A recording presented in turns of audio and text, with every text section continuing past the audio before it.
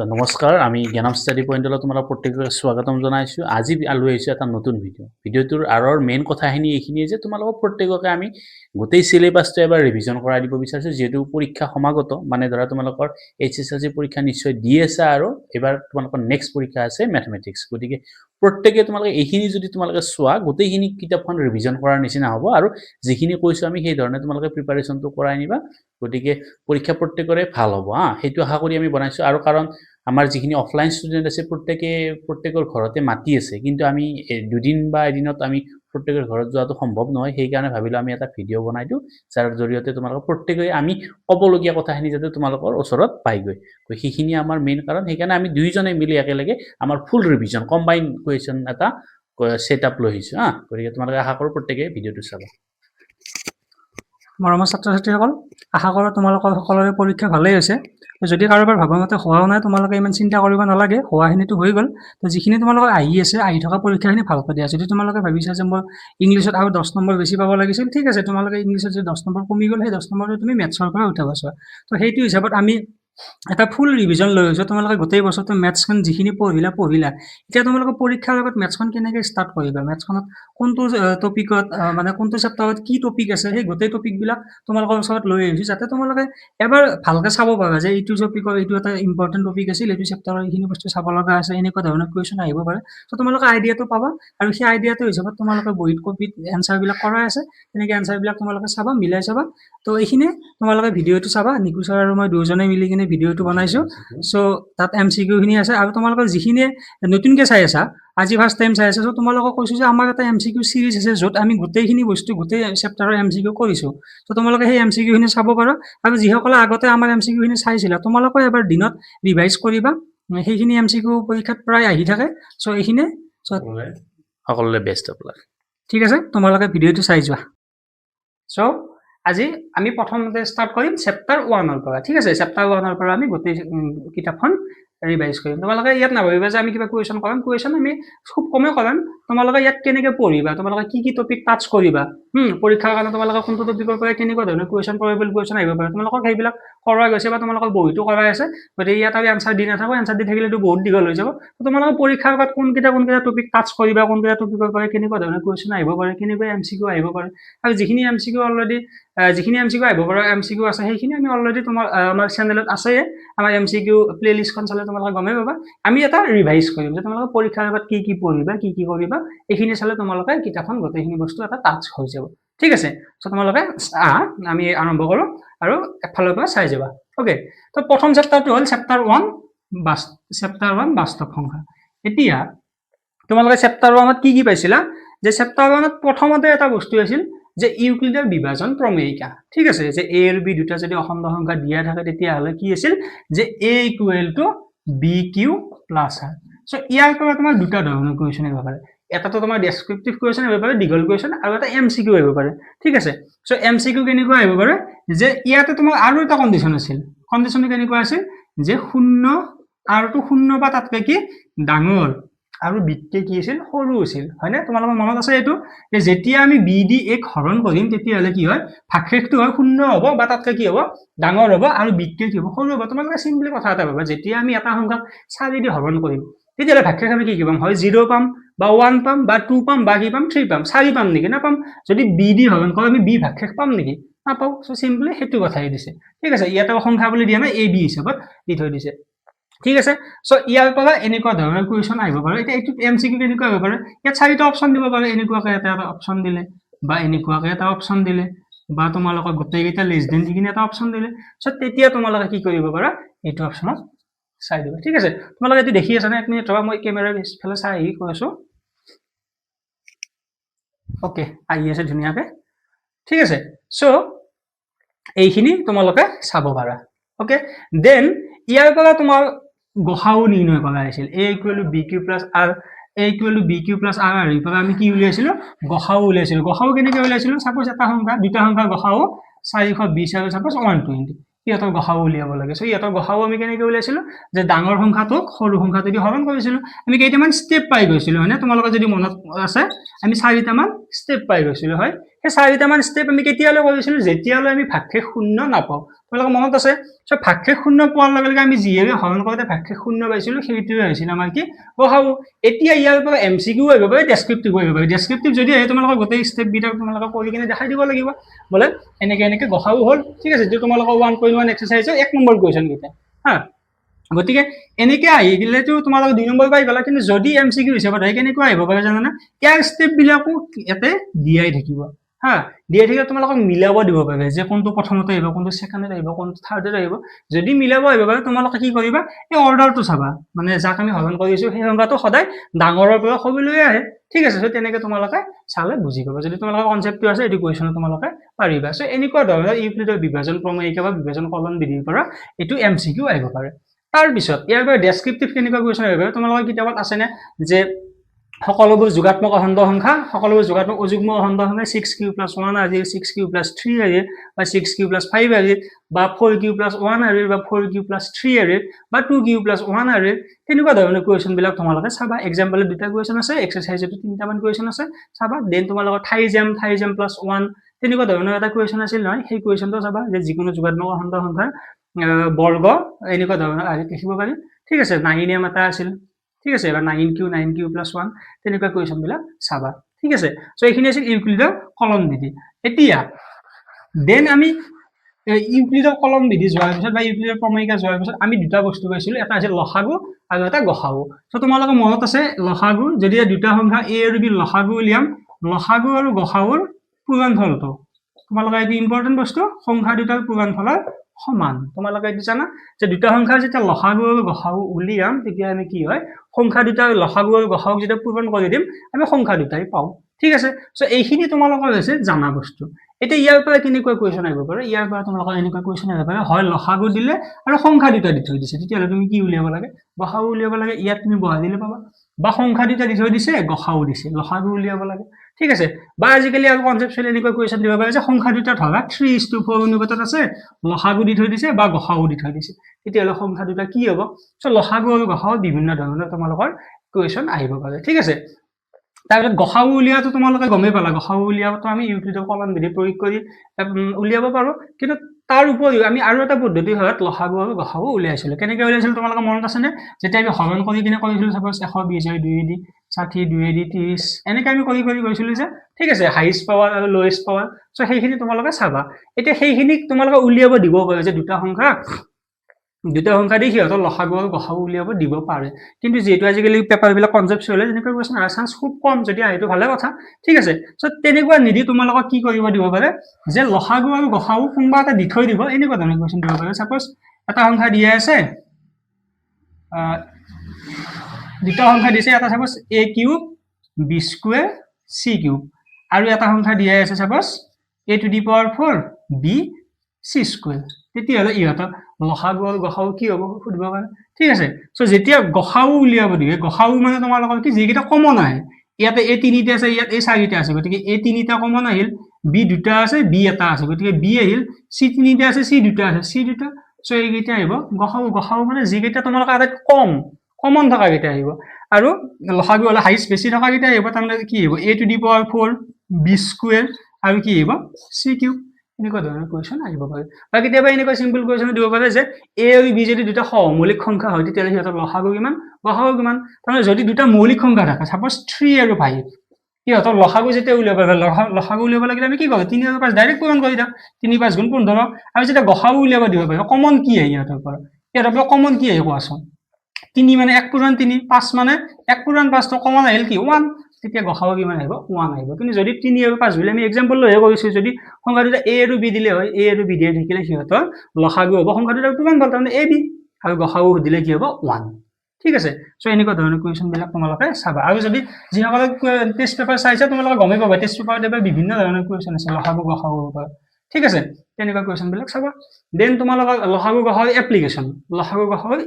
আহিব পাৰে লসাগু গসাগুৰ এপ্লিকেশ্যন কেনেকুৱা যে সাপোজ কিতাপত তোমালোকৰ যিকেইটা কুৱেশ্যন আছে এটা ঘণ্টা ইমান মিনিটৰ মূৰে বাজে এটা ঘণ্টা ইমান মিনিটৰ অন্তৰালত বাজে তেতিয়াহ'লে যদি এবাৰ বাজে নেক্সট কিমান টাইমৰ পিছত ঘণ্টাটো বাজিব ঠিক আছে বা তোমালোকৰ এই দৌৰা এটা কুৱেশ্যন আছিল নহয় সেই কুৱেশ্যনটো তোমালোকে চাব পাৰা ঠিক আছে তো দৌৰা কুৱেশ্যনটো তোমালোকৰ লসাগু উলিয়াব লাগে নে গসাগু উলিয়াব লাগে তোমালোকে চাবা হা তাৰপিছত লসাগু আৰু গসাগু উলিয়াই এটা ইম্পৰ্টেণ্ট ট্ৰিক মনত ৰাখিব লাগে যদি তোমালোকৰ দীৰ্ঘতম উচ্চতম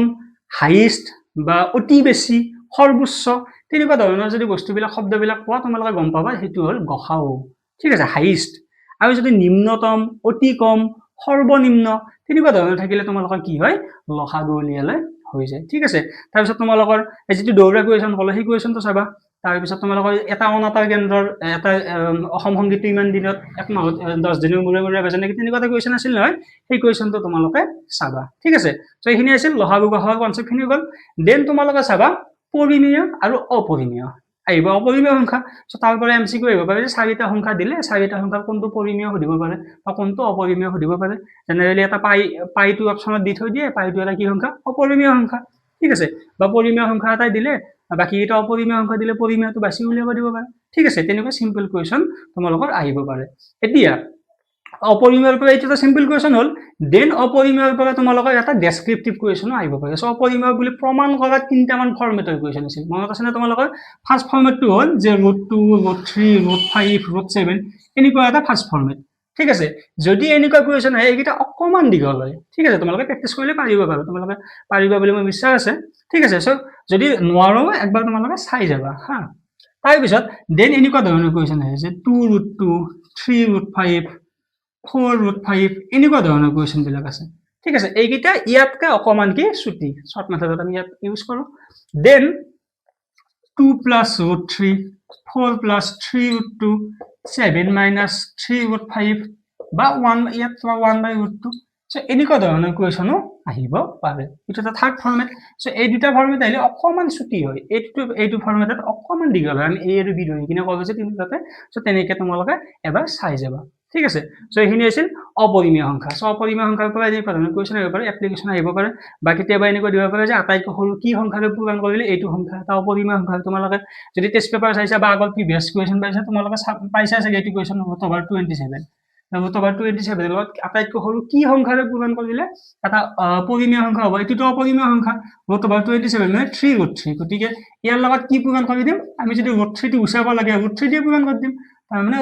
3√3 লগত √3 পূৰণ কৰি দিলে √3 হৈ গ'ল 3 3 গুণ 9 যিটো এটা পৰিমেয় সংখ্যা হা চ' এনেকুৱা ধৰণৰ কুৱেশ্যন তোমালোকে চাব পাৰা ঠিক আছে দেন তোমালোকৰ আহিব 1.4 এক্সাৰসাইজটো যিটো দিয়া আছে সাৱধি আৰু নিৰৱধি চ' এই সাৱধি আৰু নিৰৱধিৰ পৰা এটা কুৱেশ্যন অহাৰ চান্স থাকে হা চ'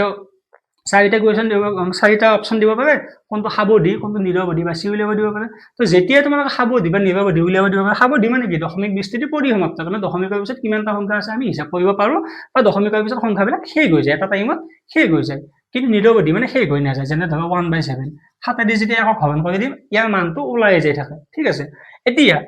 সাৱধি কেতিয়া হয় যেতিয়া এই হৰটো যেতিয়া এটা সংখ্যাক আমি p/q আৰিত লিখো এই q টো 2 to the power n 5 to the power m আৰিত থাকিব লাগিব তেতিয়া এটো কি হৈ যায় সাৱধি হৈ যায় এতিয়া 2 to the power m 5 to the power m আৰিত মানে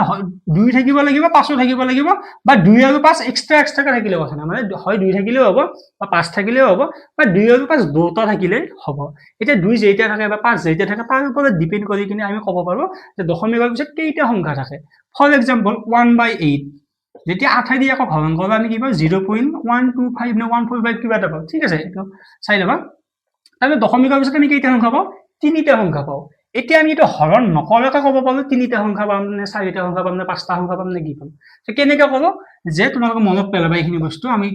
MCQ তাতেও দিছিলো যে যেতিয়া আমি এই 8ক উৎপাদক বিশ্লেষণ কৰিম কি পাওঁ 2 কিউব তাৰমানে 2 কেইটা আছে 3টা 2 যেহেতু 3টা আছে দশমিকৰ পিছত কেইটা সংখ্যা আছে 3টা সংখ্যা আছে ঠিক আছে ইয়াত 5 নাই বাৰু যেহেতু মই কি কৈছিলো 2 থাকিব লাগিব বা 5 থাকিব লাগিব বা 2টা থাকিব লাগিব ঠিক আছে ইয়াত যেহেতু 2 আছে কিন্তু যদি ইয়াত এনেকৈ 3 থাকিলে এইটো সাৱধি নহ'ল হয় ঠিক আছে বুজি পাইছা এতিয়া সিম্পলি মই যদি এটা এক্সাম্পল লওঁ পৰীক্ষাত প্ৰায় থাকে ধৰা 43 2 to the power 4 5 কিউব তোমালোকে এনেকুৱা কুৱেশ্যন কৰতে চাই ল'বা যে এইটো লঘিষ্ঠ আকাৰত আছে নে নাই এইটো আমাৰ লঘিষ্ঠ আকাৰত আছে কাৰণ যেহেতু 43 টো এটা কি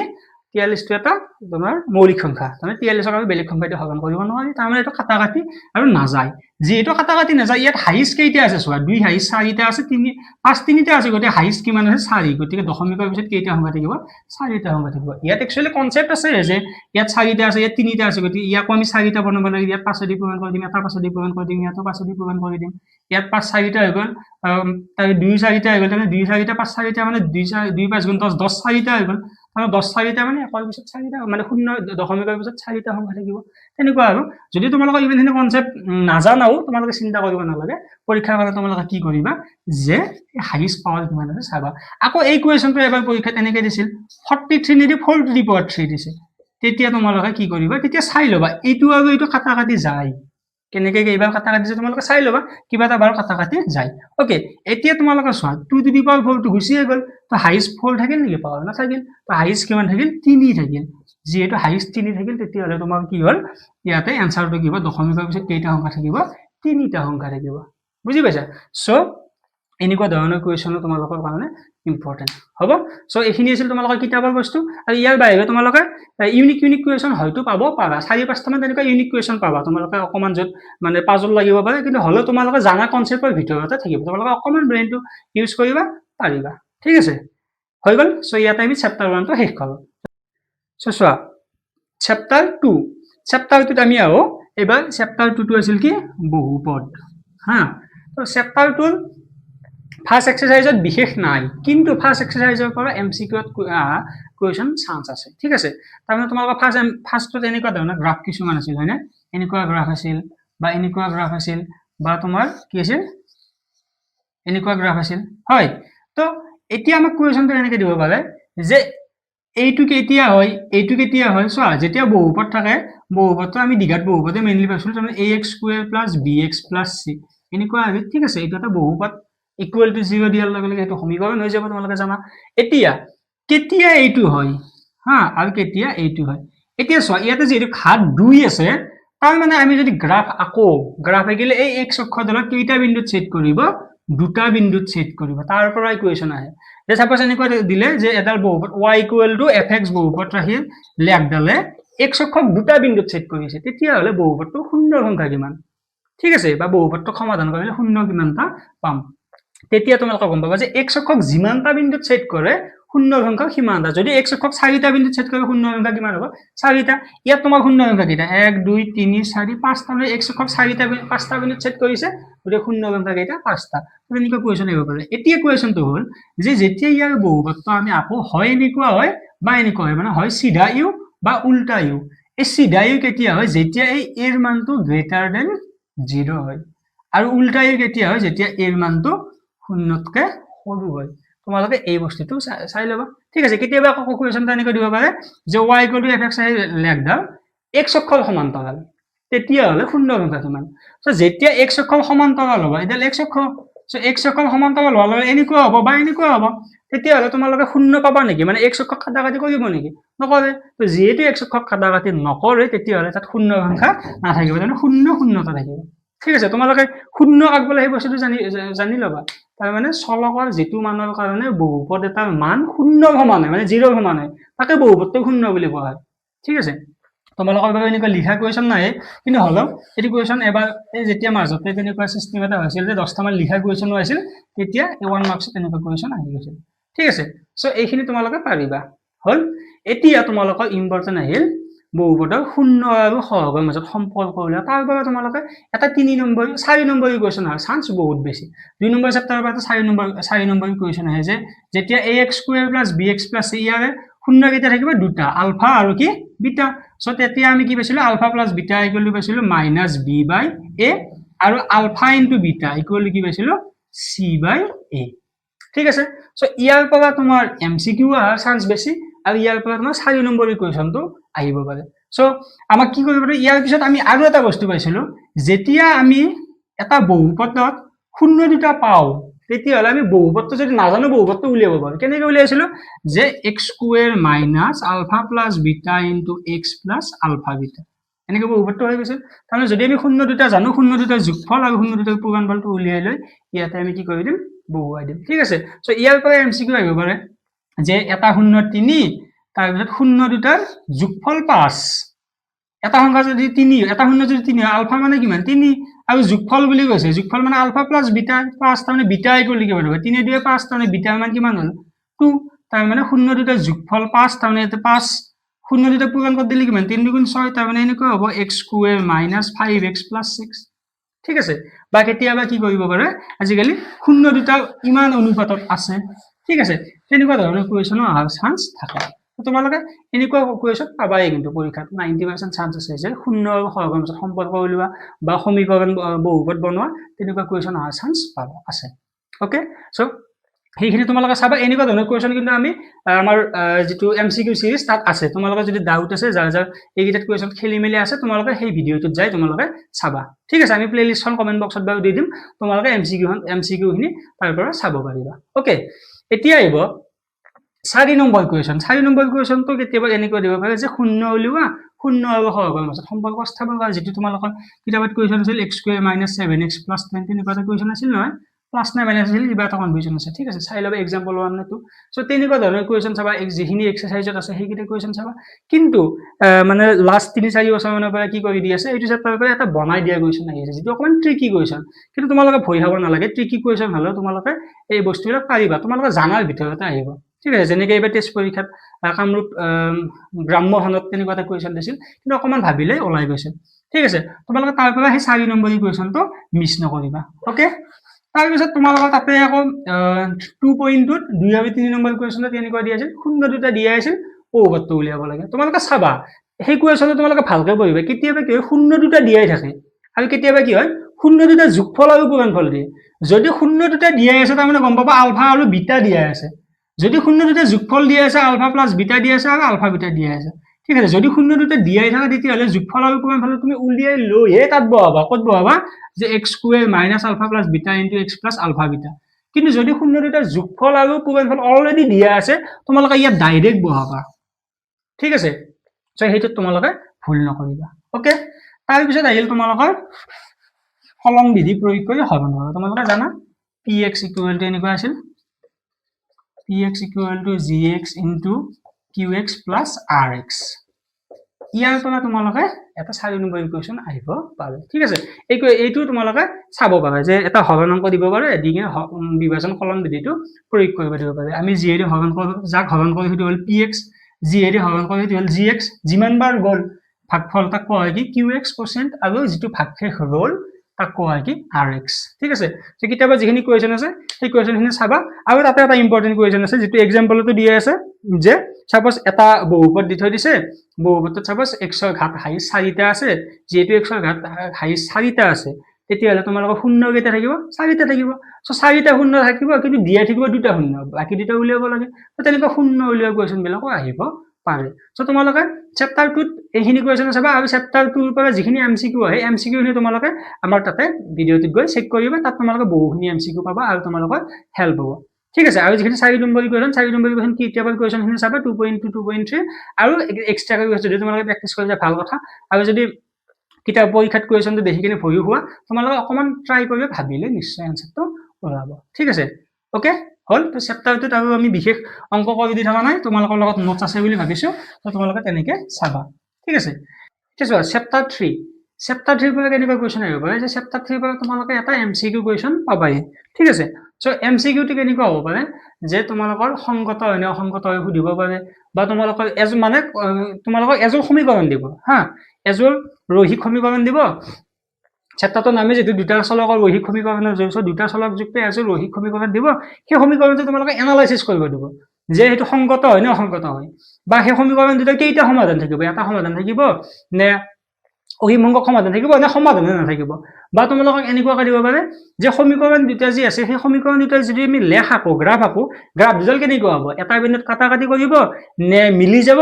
নে সমান্তৰাল হ'ব ঠিক আছে সো এই তিনটাৰ পৰা এটা কুৱেশ্যন আৰ চান্স 99% ঠিক আছে আহিব পাৰে প্ৰায় কুৱেশ্যন তেনেকুৱা আহি থাকে এতিয়া তোমালোকে এই গোটেই বস্তুখিনি জানিব লাগিলে তোমালোকৰ কনসেপ্ট খিনি জানিব লাগিব যে কেতিয়া সংগত হয় কেতিয়া অসংগত হয় কেতিয়া সমাধান কেতিয়া কাটাকাটি কৰে কেতিয়া মিলি যায় কেতিয়া সমান্তৰাল হয় আৰু কেতিয়া তোমালোকৰ কি হয় সমাধান এটা থাকে বা অসীম সংখ্যক থাকে বা কেতিয়াবা তোমালোকৰ সমাধান নাথাকে সো এই গোটেই কথাখিনি তোমালোকে 2 মিনিটত কনসেপ্টটো জানি লও তাৰপিছত যি কোৱেশ্চন নহওক তোমালোকে কৰিব পাৰিবা এতিয়া চোৱা যেতিয়া আমি সমীকৰণটো পাওঁ তেতিয়া সেই সমীকৰণটো তোমালোকে এনেকুৱা হেত লৈ যাব লাগিব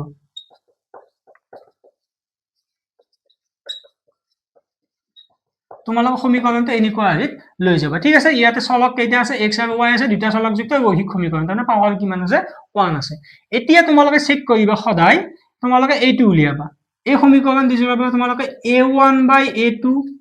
b1 by b2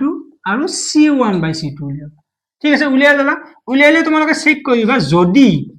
a1 by a2 আৰু b1 by b2 মান দুটা যদি বেলেগ বেলেগ হৈছে হা যদি দুটা প্ৰথমতে বেলেগ বেলেগ হৈছে এটো উলিয়াব দৰকাৰ নাই তেতিয়া হ'ব তোমালোকৰ সংগত তোমালোকে জানা না সংগত কি সংগত মানে হল যদি সমাধান থাকে তা কোৱা সংগত যদি সমাধান নাথাকে তা কোৱা কি অসংগত তো সংগত হল সংগত আছে মানে সমাধান আছে তো আমাক সমাধান আছে না নহদে আমাক সমাধান কেইটা আছে সুধিব তো যেতিয়া এইটো কন্ডিশন থাকে তেতিয়া সমাধান কেইটা থাকিব এটা সমাধান থাকিব সলিউশন কেইটা থাকিব এটা থাকিব ঠিক আছে তাৰ পিছত খুদিব পাৰে যে গ্ৰাফ দুডাল কেনেকুৱা হ'ব তো যেতিয়া এটা সমাধান থাকে তেতিয়া মনত ৰাখিবা গ্ৰাফ দুডাল এটা বিন্দুত কাটাকাটি কৰে গ্ৰাফ দুডাল কেইটা বিন্দুত কাটাকাটি কৰে এটা বিন্দুত কাটাকাটি কৰে সো হয় এনেকুৱা আহিব পাৰে বা এনেকুৱা আহিব পাৰে এনেকুৱা আহিব পাৰে তোমালোকে এই কন্ডিশনটো মনত ৰাখিবা ঠিক আছে দেন তোমালোকে সাপোজ এই দুটা সমান হৈ গল এনেকুৱা হৈ গল a1 by a2 b1 by b2 আৰু c1 by c2 তিনিটা মিলি গল মানে তিনিটা সমান হৈ গল মানে সমাধান আছে না সমাধান আছে সমাধান আছে মানে এটো কি হল সংগতই হল ঠিক আছে এটা কেইটা সমাধান আছে ইয়াত কেইটা সমাধান আছে অসীম সংখ্যক সমাধান আছে কিয় অসীম সংখ্যক সমাধান আছে যেহেতু দুটা সমান আছে তাৰ মানে যদি প্ৰথম গ্ৰাফডাল এনেকুৱা হয় সেকেন্ড গ্ৰাফডাল এনেকুৱাই হ'ব ৰৈখিক সমীকৰণ যাই থাকিব তাৰ মানে সবুতে সমাধান আছে সবুতে কাটাকাটি কৰছ না গতি সমাধান আছে এটা অসীম তো এইটুকু কোৱা হয় সংগত একচুয়ালি এনেকুৱা সংগতৰ ক্ষেত্ৰত এটা নতুন শব্দ আছে পৰতন্ত্ৰ পৰীক্ষাত আহা নাই এটা কাল তথাপি তোমালোকে জানি থৈ দিবা ওকে দেন তোমালোকে কেতিয়াবা কি হয় এটো কন্ডিশন হোৱা নাই এটো কন্ডিশন হোৱা নাই কেতিয়াবা এনেকুৱা পাব পাৰে যে a1 by a2 আৰু b1 by b2 সমান হল কিন্তু c1 by c2 কি হল সমান নহল ঠিক আছে ইম্পৰ্টেন্ট কথা যদি এটো হয় তেতিয়া হলে তোমালোকে ভাবি জানিবা যে ইয়াৰ কোনো সমাধান নাই সো যেহেতু সমাধান নাই এটো কব কি অসংগত ঠিক আছে এটো কয় কি অসংগত তো যেহেতু সমাধান নাই তো সমাধান আছে নেকি নাই সলিউশন কেইটা নো সলিউশন এতিয়া কোনবোৰৰ লেখাৰ সমাধান নাথাকে তোমালোকে জানিব লাগিব সমাধান নাই মানে কাটাকাটি কৰছে নেকি কাটাকাটি কৰা নাই তো কোনবোৰ লেখা কাটাকাটি নকৰে সমান্তৰাল লেখা যেনে তোমালোকৰ ৰেল লাইনে কাটাকাটি কৰে নেকি এটা ৰেল লাইন এবা কাটাকাটি নকৰে তাৰ মানে এনেকুৱা সমান্তৰাল লেখা ঠিক আছে সো তেতিয়া গ্ৰাফ ডিজাল কি হ'ব সমান্তৰাল হ'ব এটো কব এটা বিন্দুত কাটাকাটি কৰিব এটো হ'ব মিলি যোৱা লেখ আৰু এটো হ'ব সমান্তৰাল লেখ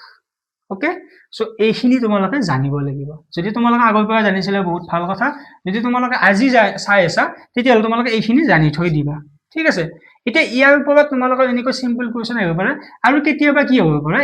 এইটোক লৈ কিনে তোমালোকৰ কিৰ মান উলিওৱা তেনেকুৱা কোৱেশ্চন আহিব পাৰে সাপোজ এটা কোৱেশ্চন এনেকৈ দিলে 2x plus 3y plus 5 equal to 0 আৰু সাপোজ এনেকৈ দিলে 4x plus ky plus 10 equal to 0 এনেকুৱা এটা সমীকৰণ দিলে আৰু কৈছে যে k মান উলিওৱা যদি এই সমীকৰণ যদি কি হয় তোমাৰ সংগত যদি এই সমীকৰণৰ লেখ দুডাল কি হয় মিলি যায় ঠিক আছে তো যেতিয়া মিলি যায় আমি a1 b1 c1 a2 b2 c2 পাই আছো সো মিলি যোৱাৰ লগে লগে কন্ডিশনটো কোনটো আহিব এইটো আহিব সো ইয়াত তোমালোকে বহাই দিবা a1 by a2 মানে 2/4 সমান b1 by b2 মানে 3/k c1 by c2 তোমালোকে যেতিয়া নিলিখিলে কথা না কাৰণ এইটো সমাধান কৰি দিলে আমি k মান পাম না নাপাম সো ইয়াৰ পৰা তোমালোকে সমাধান কৰি দিলে 2k = 12 সো k = 6 পাই আছে ঠিক আছে সো এনেকুৱা কোৱেশ্চন আহিব পাৰে আৰু কেতিয়াবা আহিব পাৰে যে k মান উলিওৱা যদিহে বা p মান উলিওৱা যদিহে সমীকৰণ যদি কি থাকে সংগত হয় ঠিক আছে তো যেতিয়া সংগত হয় তেতিয়া হলে এই ডাজ নট ইকুৱেল থাকে যদি অপচনত এটাই ডাজ নট ইকুৱেল থাকে তোমালোকে হেতুতে টিক দিব পাৰিবা কিন্তু যদি অপচনত 3-4টা মান গোটেইকেইটা ডাজ নট ইকুৱেল থাকে তেতিয়া তোমালোকে এটো কৰি চাবা সাপোজ এনেকুৱা হল 2/3 does not equal to 3/k so এতিয়া হলে তোমালোকে কি হ'ব 2k does not equal to 9 তাৰ মানে k ইকুৱেল টু 9/2 ঠিক আছে মানে এটো বুঝে যে k মান 9/2 হ'ব নোৱাৰে তাত বাহিৰে সব হ'ব পাৰে বুজি পাইছা কিতাবত এটা এনেকুৱা এটা কোৱেশ্চন আছে যে p মান 4 হ'ব নোৱাৰে 2015 আইছিল চাগে হেতু কোৱেশ্চন এক্সাম্পলত দিয়া আছে তো তেনেকুৱা কোৱেশ্চন খিনি চাবা আৰু দেন তোমালোকে কি চাবা তোমালোকে যিখিনি এক্সাৰসাইজত p মান উলিওৱা k মান উলিওৱা a আৰু b মান উলিওৱা সেইখিনি কোৱেশ্চন চাবা আৰু এনেকুৱাৰ পৰা তোমালোকে এটা MCQ পাবা 99% চান্স আছে ঠিক আছে তো এইখিনি চাবা দেন তোমালোকৰ এনেকুৱা এমচিকিউ চোৱাৰ পিছত আহিব তোমালোকৰ ডেছক্ৰিপটিভ কুৱেশ্যন ইয়াৰ পৰা তোমালোকৰ 2 নম্বৰ বা 3 নম্বৰ ডেছক্ৰিপটিভ কুৱেশ্যন আহিব পাৰে সো ইয়াতে তোমালোকৰ ডেছক্ৰিপটিভ কুৱেশ্যন হোৱাৰ চান্স তোমালোকৰ বহুত কেইটা চান্স আছে ঠিক আছে লগতে ডেছক্ৰিপটিভ কুৱেশ্যন তোমালোকৰ ওয়াৰ্ড প্ৰবলেম আহিব পাৰে আৰু এক্স আৰু ওয়াই সমাধান কৰিব আহিব পাৰে সো ইয়াত তোমালোকৰ কেইটামান পদ্ধতি আছিল প্ৰতিস্থাপন পদ্ধতি অপনয়ন পদ্ধতি বৰ্জগুণন পদ্ধতি তোমালোকে এইটা পদ্ধতি পাইছিলা পৰীক্ষাত মেনশন কৰি নিদিয়ে যে এইটো পদ্ধতিতে কৰা এইটো পদ্ধতিতে কৰা দিলেও তোমালোকে বাৰু মেনেজ কৰিবা কিন্তু এতিয়ালৈ দিয়া নাই সো তোমালোকে কি কৰিবা যদি সমাধান কৰা দিয়ে সিম্পল ইকুৱেশ্যন তেতিয়াহলে তোমালোকে যিকোনো পদ্ধতি কিছুমান ইকুৱেশ্যন অপনয়নত ইজি হৈ থাকে কিছুমান প্ৰতিস্থাপনত ইজি হয় কুৱেশ্যনটো হিচাপত তোমালোকে সলভ কৰিবা আৰু যদি তোমালোকে এটাই পদ্ধতি শিকিছা তেতিয়াহলে তোমালোকে আজি নতুন পদ্ধতি শিকিব নালাগে পৰীক্ষাৰ আগত ঠিক আছে যিটো পদ্ধতি জানা সেইটো পদ্ধতিতে তোমালোকে কৰি থৈ দিবা কাৰণ কনফিউজন লাগি যাব ওকে সো এতিয়া তাত তোমালোকৰ যিখিনি ডাইৰেক্ট কুৱেশ্যন আছে সেইকেইটাটো আছে কিন্তু কেতিয়াবা তোমালোকে যিটো একদম লাষ্ট এক্সাৰসাইজত তোমালোকৰ কি আছে ইউ আৰু ভি ধৰা অংকবিলাক আছে তোমালোকে দেখিছা না এনেকুৱা থাকিব পাৰে যে 1/x suppose 2/x 4/√y equal to -3 আৰু এটা এনেকুৱা ইকুৱেশ্যন দিলে সাপোজ 3/√x তাৰ পিছত 9/√y equal to suppose 17 suppose আৰু এনেকুৱা ইকুৱেশ্যন থাকিব পাৰে না থাকিব পাৰে সো এনেকুৱা ইকুৱেশ্যন তোমালোকে ডাইৰেক্ট কৰিব নোৱাৰে যে তোমালোকৰ ax + by + c আহিত নাই সো তোমালোকে কি কৰিবা এইটো 1/√x ক a বুলি ধৰিবা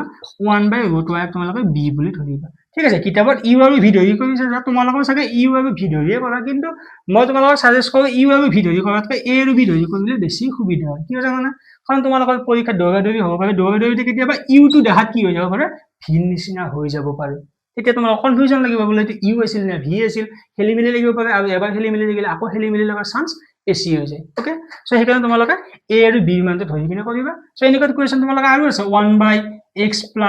y + 1/x - y equal to suppose 3 so এনেকুৱা কুৱেশ্যন বিলাক তোমালোকে এইটো a বুলি ধৰিবা এইটো b বুলি ধৰিবা ইকুৱেল টু 3 এনেকৈ a আৰু b ধৰা অংকবিলাক তোমালোকে লাষ্ট এক্সাৰসাইজত আছে তেনেকুৱা কুৱেশ্যন বিলাক চাবা ওকে দেন তোমালোকৰ ইয়াৰ পৰা আহিব তোমালোকে কিছুমান ওয়াৰ্ড প্ৰবলেম তোমালোকৰ কেনেকুৱা আহিব পাৰে যে 4খন বেট আৰু 7খন বলৰ 7টা বলৰ দাম ইমান টকা 3টা বলৰ 4টা বলৰ দাম ইমান টকা তেতিয়ালে এটা বলৰ এখন বেটৰ দাম কিমান তেনেকুৱা সিম্পল কুৱেশ্যন আহিব পাৰে বা দীঘ আৰু প্ৰস্থ দিব পাৰে দীঘ প্ৰস্থতকৈ অমুক বেছি হিহঁতৰ পৰিসীমাৰ আধা ইমান তেনেকুৱা কুৱেশ্যন কিতাপত আছে নহয় হেনেকুৱা কুৱেশ্যন চাব পাৰা দেন তোমালোকৰ ইয়াতে কেইটামান ফৰ্মেট আছে মই তোমালোকক ফাৰ্স্ট ফৰ্মেটটো কৈ দিওঁ প্ৰথমটো হ'ল তোমালোকৰ বয়সৰ অংক এটা আহিব পাৰে যে অমুক ইমানতকৈ 4 বছৰ ডাঙৰ 5 বছৰৰ আগত হিহঁতৰ বয়স এনেকুৱা আছিল তেনেকুৱা কুৱেশ্যন বিলাক তোমালোকে চাবা ওকে হেতু এটা ফৰ্মেট এটাটো ফৰ্মেট মই প্ৰথমতে কৈ দিলো সেকেন্ড ফৰ্মেট এটো দেন তোমালোকৰ ভগ্নাংশৰ কুৱেশ্যন এটা চাব পাৰা বলে দুটা সংখ্যা লবৰ পৰা অমুক কমাই দিলে আৰু হৰৰ লগত অমুক যোগ কৰিলে ভগ্নাংশটো ইমান হয় যদি হৰৰ লগত উভয়তে ইমান যোগ কৰে তেতিয়ালে ভগ্নাংশটো ইমান হয় তেতিয়ালে ভগ্নাংশটো কিমান কৰা তেনেকুৱা কুৱেশ্যন আহিব পাৰে দেন তোমালোকৰ এনেকুৱা কুৱেশ্যন আহিব পাৰে যে সংখ্যা দিয়া আছে দুটা অংকযুক্ত সংখ্যা ইমান হিহঁতৰ হিহঁতৰ অংক দুটাৰ স্থান সালসলনি কৰি দিলে আগৰ সংখ্যাতকৈ ইমান বেছি হয় তোমালোকৰ কিতাপত দুটালে তিনটা তেনেকুৱা কুৱেশ্যন আছে তো সেই কিটা কুৱেশ্যন তোমালোকে এবাৰ চাই যাবা ওকে তিনটা না চাৰটা ফৰ্মেট গেল দেন তোমালোকৰ এনেকুৱা আহিব পাৰে যে উভটনি ভটিয়নি তোমালোকে উজনি ভটিয়নি যিকিটা কুৱেশ্যন পাইছিলা সেই কিটা কুৱেশ্যনে এটা কুৱেশ্যন চাই যাবা দেন তোমালোকৰ এইটো কুৱেশ্যন আহিব পাৰে যে কি ছিল এটো যে দুজন মানুহ আৰু দুজন মহিলা আৰু চাৰিজন পুৰুষে এটা কাম ইমান দিনত কৰিব পাৰে তিনিজন মহিলা আৰু চাৰিজন পুৰুষে এটা কাম ইমান দিনত কৰিব পাৰে গতিকে এজনে কৰিলে কিমান দিন সময় লাগিব তেনেকুৱা কুৱেশ্যন আহিব পাৰে আৰু তোমালোকৰ এনেকুৱা আহিব পাৰে যে এটা তোমালোকৰ কিতাপত কুৱেশ্যন আছিল নহয় যে এটা আয়তৰ দীঘক ইমান কমাই দিয়ে প্ৰস্থক ইমান বঢ়াই দিলে সিহঁতৰ কালি ইমান বৃদ্ধি হয় দীঘক ইমান কমাই দিলে প্ৰস্থক ইমান বৃদ্ধি কৰি দিলে কালি ইমান হ্ৰাস পায় তেনেকুৱা কুৱেশ্যনটো তোমালোকে চাব পাৰা ঠিক আছে ইয়াত মেইনলি এইখিনি বস্তু প্ৰথমতে মই যিখিনি আৰম্ভণিতে দিলো a1/a2 b1/b2 c1/c2 তাৰ পিছত ইউ আৰু ভি ধৰা অংকবিলাক বা তোমালোকৰ সিম্পলি প্ৰতিস্থাপন অপনয়ন বৰ্জগুণন পদ্ধতিত কৰা অংকবিলাক আৰু তাৰ পিছত তোমালোকৰ আহিব এই যিকেইটা মই কলো ওয়াৰ্ড প্ৰবলেম কেইটা ঠিক আছে সো এইখিনি তোমালোকে কৰিলে এইটো চেপ্টাৰৰ গোটেইখিনি কুৱেশ্যন তোমালোকে কৰিব পাৰিবা ঠিক আছে তো চেপ্টাৰ 4 আছিল তোমালোকৰ দ্বিঘাত সমীকৰণ হা সো দ্বিঘাত সমীকৰণ তোমালোকে জানা যে দ্বিঘাত সমীকৰণ কি যে ax² + bx + c আগতে দ্বিঘাত বহুপদ আছিল এবাৰ ইকুৱেল টু 0 হা তো ইয়াৰ পৰা তোমালোকৰ এমসিকিউ কেনেকুৱা আহিব পাৰে যেটো তোমালোকৰ ফাৰ্স্ট এক্সাৰসাইজতে দিয়া আছে চাৰিটা সমীকৰণ দিব পাৰে তলৰ কোনটো দ্বিঘাত হয় বা কোনটো দ্বিঘাত নহয় তেনেকুৱা কুৱেশ্যন দিব পাৰে সো যেতিয়া তোমালোকক দ্বিঘাত হয় তোমালোকে চাবা যে x ৰ পাৱাৰটো 2 আছে নে নাই ঠিক আছে কেতিয়াবা 2 থাকিব পাৰে কিন্তু লগত 3ও থাকিব পাৰে সাপোজ এনেকুৱা এটা কুৱেশ্যন x + 1 হোল কিউব আৰু এটা আছে x² + 5x ঠিক আছে এইটো কুৱেশ্যন তোমালোকে ভাবিবা ইয়াত 2 আছে গতিকে দ্বিঘাত নহয় কাৰণ এইটো যদি আমি ভাঙি দিওঁ a + b হোল কিউবত তেতিয়া x কিউবটো আহি যাব তেতিয়াহ'লে এইটো কি নহয় দ্বিঘাত নহয় বা কেতিয়াবা আকৌ তোমালোকৰ এনেকুৱা কুৱেশ্যন আহিব পাৰে x * x² + 1 আৰু ইয়াতে থাকিল তোমাৰ x + 1 suppose x + 2 whole cube তোমালোকে ভাবিব পাৰা ইয়াত দেখোন কিউব আছে গতিকে এইটো দ্বিঘাত নহয় কিন্তু এইটো আকৌ দ্বিঘাত হয় কেনেকৈ হয় x আৰু x² পূৰণ কৰি দিলে ইয়াৰ পৰা x কিউব আহিব এইটোক যেতিয়া ভাঙি দিম ইয়াতে তোমালোকে x কিউব পাবা সো x কিউব কাটা যায় আকৌ কি হ'ব দ্বিঘাত হ'ব তোমালোকে গোটেইবিলাক ভাঙি চাব নালাগে x² টো আছে নে নাই চাবা বুজি পাইছা যদি x² টো আছে দ্বিঘাত হ'ব যদি x² টো নাই তেতিয়াহ'লে কি নহয় দ্বিঘাত নহয় তোমালোকে সেইটো চাবা দেন তোমালোকৰ আৰু MCQ কি আহিব পাৰে চেপ্টাৰ হেতুৰ পৰাটো গ'ল 4.1 ৰ এইটো কুৱেশ্যন আহিব পাৰে দেন তোমালোকৰ ইয়াত MCQ যদি চোৱা এনেকুৱা কুৱেশ্যন আহিব পাৰে যে দুটা সংখ্যাৰ পূৰণফল ইমান সংখ্যা দুটাৰ যোগফল ইমান হ'লে সংখ্যা দুটা কি হয় বা কেতিয়াবা এনেকুৱা কুৱেশ্যন তোমালোকৰ 2 নম্বৰী কুৱেশ্যন হিচাপেতো দিব পাৰে তাৰ পিছত তোমালোকৰ বাবে MCQ কি আহিব পাৰে মই MCQ খিনি আগতে ষ্টাৰ্ট কৰি লৈছো যে মূলৰ প্ৰকৃতিৰ পৰা এটা কুৱেশ্যন আহিব পাৰে যে ax² + bx + c আহিল মূলৰ প্ৰকৃতি তোমালোকে পাইছিলা না বিবেচিকা যে b² - 4ac হয় এই b² - 4ac কি বুলি কয় বিবেচিকা বা ভেগনি ৰূপক বুলি কয় সো b² - 4ac ওপৰত ডিপেন্ড কৰি এটা সমীকৰণৰ দ্বিঘাত সমীকৰণৰ মূলটো কেনেকুৱা হয় আমি গম পাওঁ মূল দুটা বাস্তৱ হয় নে বাস্তৱ নহয় মানে কাল্পনিক হয় বা মূল দুটা সমান হয় নে মূল দুটা বেলেগ হয় সেই বস্তুটো আমি ইয়াৰ পৰা গম পাওঁ সো যেতিয়া > 0 হয় তেতিয়াহ'লে বাস্তৱ মূল থাকিব কিন্তু অসমান তোমালোকে এইটো জানিবা বাস্তৱ আৰু কি অসমান সমান নহয় দুটা বেলেগ এটা 2 হ'লে এটা কি হ'ব 3 ওকে তাৰ পিছত b² - 4ac যদি ইকুৱেল 0 হয় তেতিয়াহ'লে বাস্তৱ হয় আৰু কি হয় সমান এটা 2 হ'লে আনটো কি হ'ব 2 আৰু যদি b² - 4ac <0 হয় তেতিয়াহ'লে বাস্তৱ মূল নাই তাহলে এটি বাস্তৱ মূলে নাই ঠিক আছে এইটো কাল্পনিক মূল আছে যিখিনি এডভান্সৰ তোমালোকে গম পোৱা কিন্তু জেনাৰেল মেথছত আমাক এইটো নালাগে ঠিক আছে সো এইখিনি তোমালোকে চাবা এইখিনিৰ পৰা তোমালোকে কেইমান উলিয়াব আহিব পাৰে চাবা যেনেকুৱা এটা কুৱেশ্যন দিলে y² + kx + 3 = 0 ইয়াৰ কৈছে যে দুটা সমান বাস্তৱ মূল আছে তেতিয়াহ'লে কিমান হ'ব সো ইয়াত তোমাৰ কিমান কি ইটো a ইটো b ইটো c সো b² - 4ac ইয়াত বহাই দিবা যেহেতু দুটা সমান বাস্তৱ মূল আছে ইয়াত বহাই দিবা ঠিক আছে সো ইয়াত তোমালোকৰ এটা বস্তু ভুল হৈ গৈছে যে সমান বাস্তৱ মূল হ'লে গ্ৰেটাৰ হ'ব পাৰে আৰু ইকুৱেলো হ'ব পাৰে ঠিক আছে ইকুৱেল হ'লে তোমালোকৰ কি থাকিব পাৰে সমানটো হয় আৰু গ্ৰেটাৰ ইকুৱেল হ'লে তোমাৰ কি হয় দুটা হৈ যায় সমান বাস্তৱ মূল থাকে ঠিক আছে সো এইটো লিখা মানে তোমালোকৰ এই দুটা অপচন এটাতে সোমাই দিলো তেনেকুৱা ঠিক আছে বাৰু এইখিনি তোমালোকে কিতাপত দিয়া আছে এবাৰ তোমালোকে চাই ল'বা ওকে দেন এতিয়া আহিব তোমালোকৰ ইয়াৰ ডেসক্ৰিপটিভ কুৱেশ্যন তেনেকুৱা যেনেকৈ তোমালোকে চেপ্টাৰ 3 তে আহিছিল ইয়াতো তোমালোকে তেনেকুৱা কুৱেশ্যন আহিব পাৰে যে দুটা সংখ্যাৰ যোগফল ইমান দিছে সংখ্যা দুটাৰ পূৰণফল ইমান সংখ্যা দুটা উলিয়াব দিব পাৰে তাৰ পিছত তোমালোকৰ সংখ্যা ডাইৰেক্ট মূল উলিয়াব দিব পাৰে কাৰণ তোমালোকৰ যিখিনি সমাধান কৰা বুলি দিব আলটিমেটলি বা মূল উলিওৱা বা শূন্য উলিওৱা বা সমাধান কৰা x ৰ মান উলিওৱা তেনেকুৱা কুৱেশ্যন বিলাক তোমালোকে চাবা ঠিক আছে তাত তোমালোকৰ ৰুট অভাৰৰ কিছুমান কুৱেশ্যন আছে কিছুমান question direct a + b whole square বা a - b হোল স্কয়াৰ আহি যায় কিছুমান বৰ্গ সম্পূৰণ এটা পদ্ধতি আছে বৰ্গ সম্পূৰণ পদ্ধতিটো তোমালোকে চাব পাৰা কিন্তু এতিয়ালে বৰ্গ সম্পূৰণ কৰা বুলি মেনশন কৰি দিয়া নাই চাগে তথাপি তোমালোকে চাব পাৰা বৰ্গ সম্পূৰণ পদ্ধতিটো একবাৰ চাবা তাৰ পিছত তোমালোকৰ ওয়াৰ্ড প্ৰবলেম কি হবে কিতাবত যিখিনি ওয়াৰ্ড প্ৰবলেম দিয়া আছে যে ধৰা এটা বয়সৰ অংক আছিল নহয় যে ৰহমানৰ বয়স ইমান 7 বছৰৰ আগত ৰহমানৰ পুত্ৰৰ বয়সৰ অনুক্ৰমৰ যোগফল ইমান 1/3 তেতিয়া ৰহমানৰ বয়স কিমান তেনেকুৱা ধৰণৰ কুৱেশ্যন কিছুমান আছিল হা সো সেইবিলাক কুৱেশ্যন চাবা বা তোমালোকৰ 4.3 এক্সাৰসাইজ হয় ঠিক আছে 4.3 এক্সাৰসাইজ হয় যিকেইটা পিছফালৰ কুৱেশ্যন আছে গোটেইকেইটা কুৱেশ্যন ইম্পৰ্টেন্ট তোমালোকে সেইটা চাবা যেনে পানীৰ নলৰ অংকটো সেই অংকটো ইম্পৰ্টেন্ট বা দুটা বৰ্গৰ পৰিসীমা আৰু কালিৰ লগত যেটো সম্পৰ্কত এটা অংক আছিল লাষ্ট কুৱেশ্যন হেতু কুৱেশ্যন ইম্পৰ্টেন্ট ঠিক আছে দুটা সংখ্যাৰ বৰ্গৰ পাৰ্থক্য ইমান এটা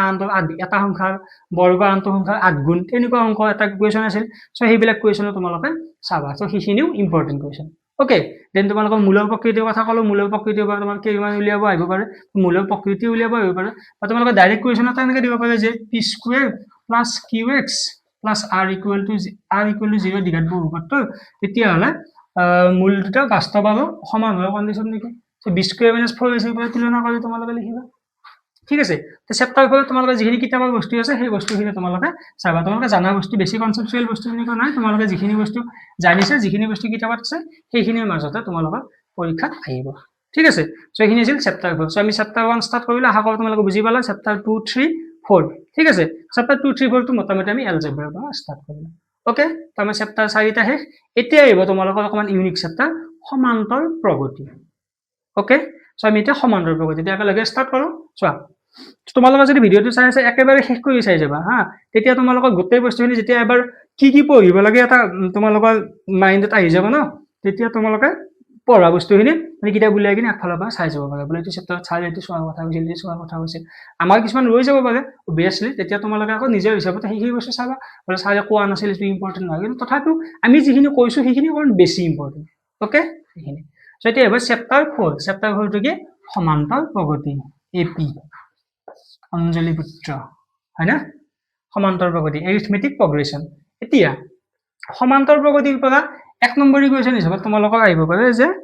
প্ৰথম পদ দিয়া আছে সাধাৰণ অন্তৰ দিয়া আছে তেতিয়াহ'লে ইমান নম্বৰ পদটো কিমান হ'ব হয় না বা তোমালোকক এনেকুৱা আহিব পাৰে যে তলৰ কোণটো সমান্তৰ প্ৰগতিত থাকে বা কোণটো নাথাকে চ' তোমালোকক সমান্তৰ প্ৰগতিত কেনেকৈ থাকে জানা তোমালোকৰ কেতিয়াবা তাতে এনেকুৱা কুৱেশ্যন আছিল নেকি √2 √8 হয় না √over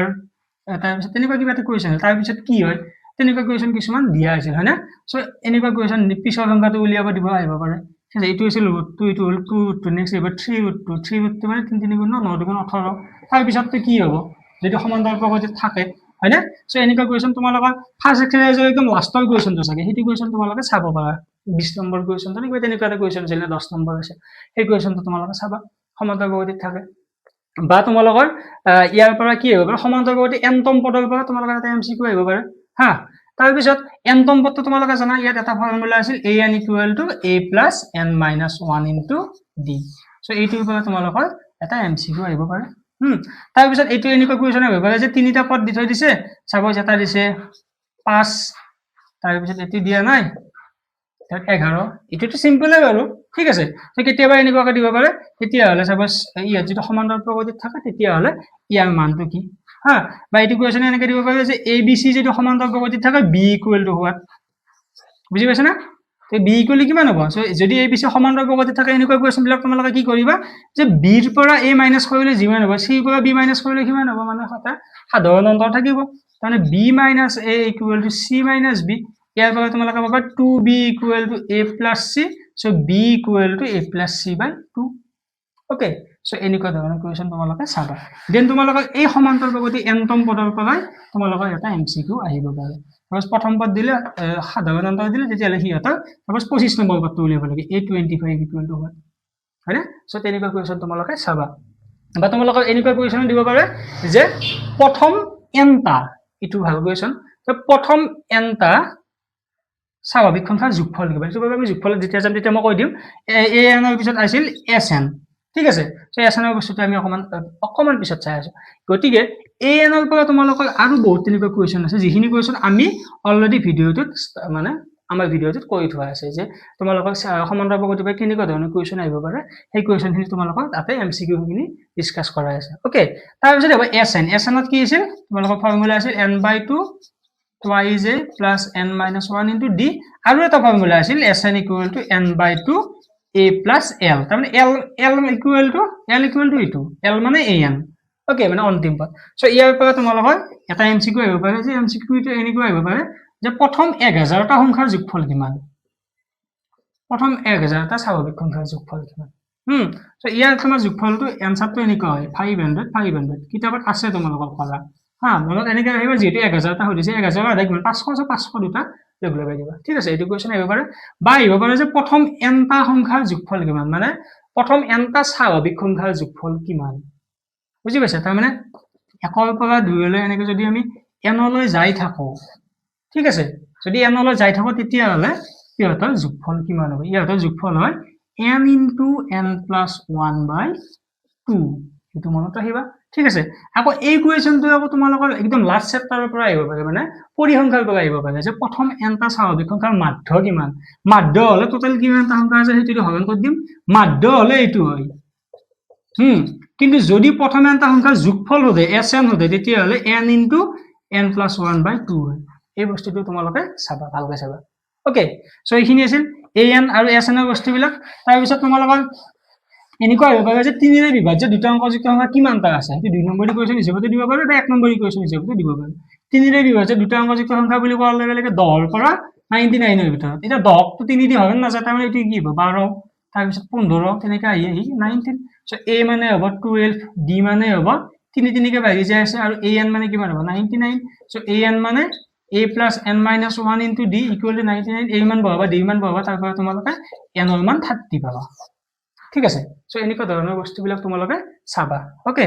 দেন তোমালোকে যিখিনি an অন্তিম পদৰ কোৱেশ্চন আছে মানে এনটা পদৰ কোৱেশ্চন আছে তাত তোমালোকে যিনি কিতাপৰ কোৱেশ্চন আছে যে এটা সমান্তৰাল প্ৰগতিৰ 4তম পদ চতুৰ্থ পদটো ইমান অষ্টম পদটো ইমান হলে 25তম পদটো কিমান হলে সো হেনেকুৱা কোৱেশ্চন তোমালোকক দিব পাৰে ওকে বা তোমালোকক এনেকুৱা দিব পাৰে যে এটা সমান্তৰাল প্ৰগতি দিয়া আছে সমান্তৰাল প্ৰগতিৰ শেষৰ পৰা 25তম পদটো উলিয়াবা হেনেকুৱা কোৱেশ্চন ইম্পৰ্টেন্ট কোৱেশ্চন ঠিক আছে শেষৰ পৰা যেতিয়া পদ উলিয়াব লাগে তোমালোকক শেষৰ পৰা পদ উলিয়াওতে দুটা পদ্ধতি দি আছে কিতাপত এটা কোৱেশ্চন কৰা আছে কিতাপত দুটা পদ্ধতি কৰা আছে তোমালোকে যেটো বিকল্প পদ্ধতি দিয়া আছে হা এই বিকল্প পদ্ধতিটো এপ্লাই কৰিলে ভাল হয় তো কেনেকৈ কৰে যেতিয়া এটা সমান্তৰাল প্ৰগতিৰ পদ বিলাক দিয়া থাকে যেতিয়া উল্টা সাইডৰ পৰা কৰিব দিব শেষৰ পৰা তুমি সমান্তৰাল প্ৰগতিটো উল্টা লিখিবা বুজি পাইছা উল্টা লিখাৰ লগে লগে যেটো অন্তিম পদ আছিল সেইটো ফাৰ্স্ট প্ৰথম পদ হৈ গেল প্ৰথম পদ হোৱাৰ লগে লগে তুমি তালৈকে সাধাৰণ অন্তৰ্গ পালা তাৰ পিছত a n ৰ সূত্ৰত ডাইৰেক্ট বহাই দিবা দিলে পাই যাবে আনসাৰ ঠিক আছে তেনেকুৱা ইয়াৰ পৰা এপ্লিকেশন আহিব পাৰে যে বেংকত পইচা থব গল প্ৰথম মাহত ইমান টকা জমা থলে দ্বিতীয় মাহত ইমান টকা জমা থলে গতিকে যদি 12 বছৰ থয় দিলে 12 বছৰৰ মধ্যে টোটাল কিমান টকা পাব তেনেকুৱা ধৰণৰ কোৱেশ্চনবিলাক চাব পাৰা তোমালোকে ঠিক আছে সিমিলাৰলি যিখিনি SN ৰ এপ্লিকেশন আছে সো SN ৰ এপ্লিকেশন হিনি তোমালোকৰ কেনেকুৱা হ'ব পাৰে যে তোমালোকৰ যিখিনি কিতাপত একদম লাষ্টৰ কোৱেশ্চন বিলাক দিয়া আছে যে এই 7টা পুৰস্কাৰ পোৱা তেনেকুৱা কোৱেশ্চন কিছুমান আহিব পাৰে হয়নে যে 20 টকা কমাই আহে যে একদম লাষ্টৰ পৰা চাগে 18 19 নম্বৰ কোৱেশ্চন কিবা হ'ব কিজানি তেনেকুৱা কোৱেশ্চনটো চাবা ওকে দেন তোমালোকে চাবা সমান্তৰাল প্ৰগতিৰ যে প্ৰথম পদ দিয়া আছে কিমানটা পদলৈ যোগফল ইমান সমান্তৰাল প্ৰগতিটো দিয়া আছে ঠিক আছে তাৰ পিছত তোমালোকৰ সমান্তৰাল প্ৰগতি n ৰ মান উলিয়াব দিব পাৰে যিখিনি কিতাপত কোৱেশ্চন দিয়া আছে সেইকেইটা তোমালোকৰ মোটামুটি ইম্পৰ্টেন্ট আৰু এটা কোৱেশ্চন দিয়া থাকে যে an ইকুৱেল টু সাপোজ এটা ইম্পৰ্টেন্ট কোৱেশ্চন সাপোজ 3 + 5n এনেকৈ এটা an দিয়া আছে তোমালোকক সুধিব পাৰে যে এইটো সমান্তৰাল প্ৰগতি গঠন কৰে বুলি প্ৰুফ কৰিব দিছে ঠিক আছে সমান্তৰাল প্ৰগতি গঠন কৰে নে নকৰে কেনেকৈ প্ৰমাণ কৰিবা a1 উলিয়াবা a2 উলিয়াবা a3 উলিয়াবা a4 উলিয়াবা সাতটা উলিয়ালে হৈ যাব তাৰ পিছত তোমালোকে a2 - a1 উলিয়াবা a3 - a2 উলিয়াবা a4 - a3 উলিয়াবা যদি তিনিটা সমান পোৱা তেতিয়ালে সমান্তৰাল প্ৰগতি গঠন কৰে তাৰ পিছত তোমালোকে যদি সমান পোৱা তোমালোকে কি হয় প্ৰথম পদ পালা দ্বিতীয় পদ যেটো পাবা এসো d মানটো পাবা ঠিক আছে a আৰু d মানটো যেটো পালা তোমালোকক সুধিব পাৰে যদি থাকে 15টা পদলৈ যোগফল দিলে s15 টো উলিয়াই দিবা ঠিক আছে SN ৰ ফৰ্মুলাত বহাই দি কিনে s15 উলিয়াবা সো তেনেকুৱা কোৱেশ্চন তোমালোকৰ বহুত ইম্পৰ্টেন্ট আৰু পৰীক্ষাত আহাৰ চান্স বেছি থাকে ঠিক আছে সো ইয়াৰ পৰা কিন্তু তোমালোকৰ এটা কোৱেশ্চন বনাই দিব পাৰে সো বনাই দিলে তোমালোকে যিখিনি জানা যিখিনি কনসেপ্ট তোমালোকৰ আছে সেইখিনি এপ্লাই কৰি তোমালোকে এটা ভাল মাৰ্কস পাবা ঠিক আছে সো আশা কৰো তোমালোকে এইখিনি বুজি পাইছা ওকে আৰু ইয়াৰে যিখিনি এমসিকিউ আছে এমসিকিউ খিনি তোমালোকে এবাৰ আমাৰ এমসিকিউ সিৰিজটো চাই লবা তাত তোমালোকে বুজি পাবা ঠিক আছে আৰু তো আমি এবাৰ অধ্যায় 6ৰ যিখিনি তোমালোকৰ ইম্পৰ্টেন্ট সেইখিনি কথা ক'বলৈ গৈ আছো তো প্ৰথমতে তোমালোকে কি কৰিবা অধ্যায় 6ৰ যেটো উপপাদ্য 6.1 হা উপপাদ্য 6.1 আৰু 6.2 ধুনিয়াকৈ চাবা কি আছিল উপপাদ্যটো এই যে তোমালোকৰ এনেকুৱা ত্ৰিভুজ এটা থাকিলে এইডাল আৰু এইডাল যদি প্যাৰেলেল হয় সমান্তৰাল হয় তেন্তে ইখিনি বাই ইখিনি ইকুৱেল ইখিনি বাই ইখিনি এইটো উপপাদ্যটো প্ৰমাণ কৰিব পৰা আহিব পাৰে নহলে কি হ'ব পাৰে তোমালোকৰ ইয়াতে ধৰা 2 6 4 এটো কিমান হ'ব এনেকুৱাকৈ উলাব দিব পাৰে তো হিখিনি ইমানখিনি বাই ইমানখিনি ইকুৱেল ইমানখিনি বাই ইমানখিনি এই উপপাদ্যটোত বহাই দিলে তোমালোকৰ কি হৈ যাব আনসাৰটো হৈ যাব আৰু এটা বস্তু আছে উপপাদ্য 6.2 টোত কি আছিল যে যদি ইখিনি আৰু ইখিনি বাই ইকুৱেল ইখিনি বাই ইখিনি যদি হয় মানে ধৰা মই যদি নাম দি দিও a b c এডাল ধৰা d e তেন্তে তোমাৰ কি হ'ব ad by db equal a by ec এটো যদি তুমি পোৱা তেন্তে তুমি কি হ'ব এইডাল আৰু এইডাল তোমাৰ কি হ'ব d আৰু bc ডাল প্যাৰেলেল হ'ব তো এনেকুৱা ধৰণৰ কোৱেশ্চন তোমালোকৰ আহিব পাৰে উপপাদ্যটো প্ৰমাণ কৰাটো এবাৰ চাই যাবা কিন্তু এই বস্তুটা ইউজ কৰি কিনে যদি তোমালোকৰ কিবা এপ্লিকেশন আহি যাব পাৰে হা তো কোৱেশ্চনটো তেনেকুৱা ধৰণৰ আহি যাব পাৰে তো প্যাৰেলেল হয় না নহয় সুধিব পাৰে নতুবা তোমালোকে এনেকৈ দিব এটা উলিয়াব দিব তো এইটো বহাই দিলে হ'ল জাস্ট বহাই দি ক্ৰছ মাল্টিপ্লিকেশন কৰি দিবা আনসাৰটো তোমাৰ হৈ যাব নেক্সট তোমালোকৰ কি হ'ব পাৰে উদাহৰণ কেইটা চাবা ইয়াৰে উদাহৰণ কেইটা বিৰাট ইম্পৰ্টেন্ট এনে আমি তুমি জানা যে ad by db equal ad by db equal ae by ec এনেকুৱা বুলি আমি জানো কিন্তু কেতিয়াবা এইটো প্ৰমাণ কৰিব দিয়ে ad by ab equal ae by AC 1 plus কৰি কিনে যে আমি পাওঁ এই বস্তুটো প্ৰমাণ কৰা আহিব পাৰে প্ৰথমতে কি কৰিব লাগিব উল্টাই ল'ব লাগিব উল্টাই লৈ কিনে 1 প্লাস কৰিব উদাহৰণ কেইটা চালে তুমি গম পাবা তাৰ পিছত কি হ'ব পাৰে ইয়াৰ পৰা 6.2 ট্ৰেপেজিয়ামৰ কোৱেশ্চন দুটা যে আছিল লাষ্টত একদম লাষ্টৰ কোৱেশ্চন দুটা হেৰিটা এবাৰ চাই যাবা ধুনীয়াকে বাকি ইয়াৰ পৰা ইমান টান কোৱেশ্চন নাহে কিন্তু এটা বস্তু আহিব ইয়াৰ পৰা সদৃশৰ কোৱেশ্চন আহিব দে যেটো আমাৰ 6.3 লেচনটো আছে সদৃশ ত্ৰিভুজ দেখাব লাগিলে কেইটা চৰ্ত ধৰা দুটা সদৃশ ত্ৰিভুজ দেখাব লাগে ধৰা ABC এটো D এই দুটা ত্ৰিভুজ ABC সদৃশ ত্ৰিভুজ ACD দেখাব লাগে তো এই বস্তুটো দেখাওতে তোমালোকৰ কেইটা চৰ্ত লাগে মিনিমাম 3টা চৰ্ত লাগে সেই 3টা চৰ্ত সদৃশ দেখুৱা তোমাৰ চৰ্ত এনেকুৱা কোৱেশ্চন ইউজ কৰি কিনে আহিব পাৰে বা ইয়াৰ পৰা এই শৰ্ট ট্ৰিক আহিব পাৰে যে শৰ্ট কোৱেশ্চন আহিব পাৰে কেনেকুৱা ধৰণৰ ধৰা তোমাৰ এনেকৈ দিয়া আছে AB by PQ is equal BC by QR এনেকৈ ধৰা দিয়া আছে তো ইয়াৰে কোনটো এনেকুৱাকৈ দিয়া থাকিলে কোনটো এংগলৰ সমান হ'ব এনেকুৱা কোৱেশ্চন আহিব পাৰে তো তুমি কি কৰিবা এই দুটা ওপৰৰ কেইটা চাবা ওপৰত দুটাত কমন কোন আছে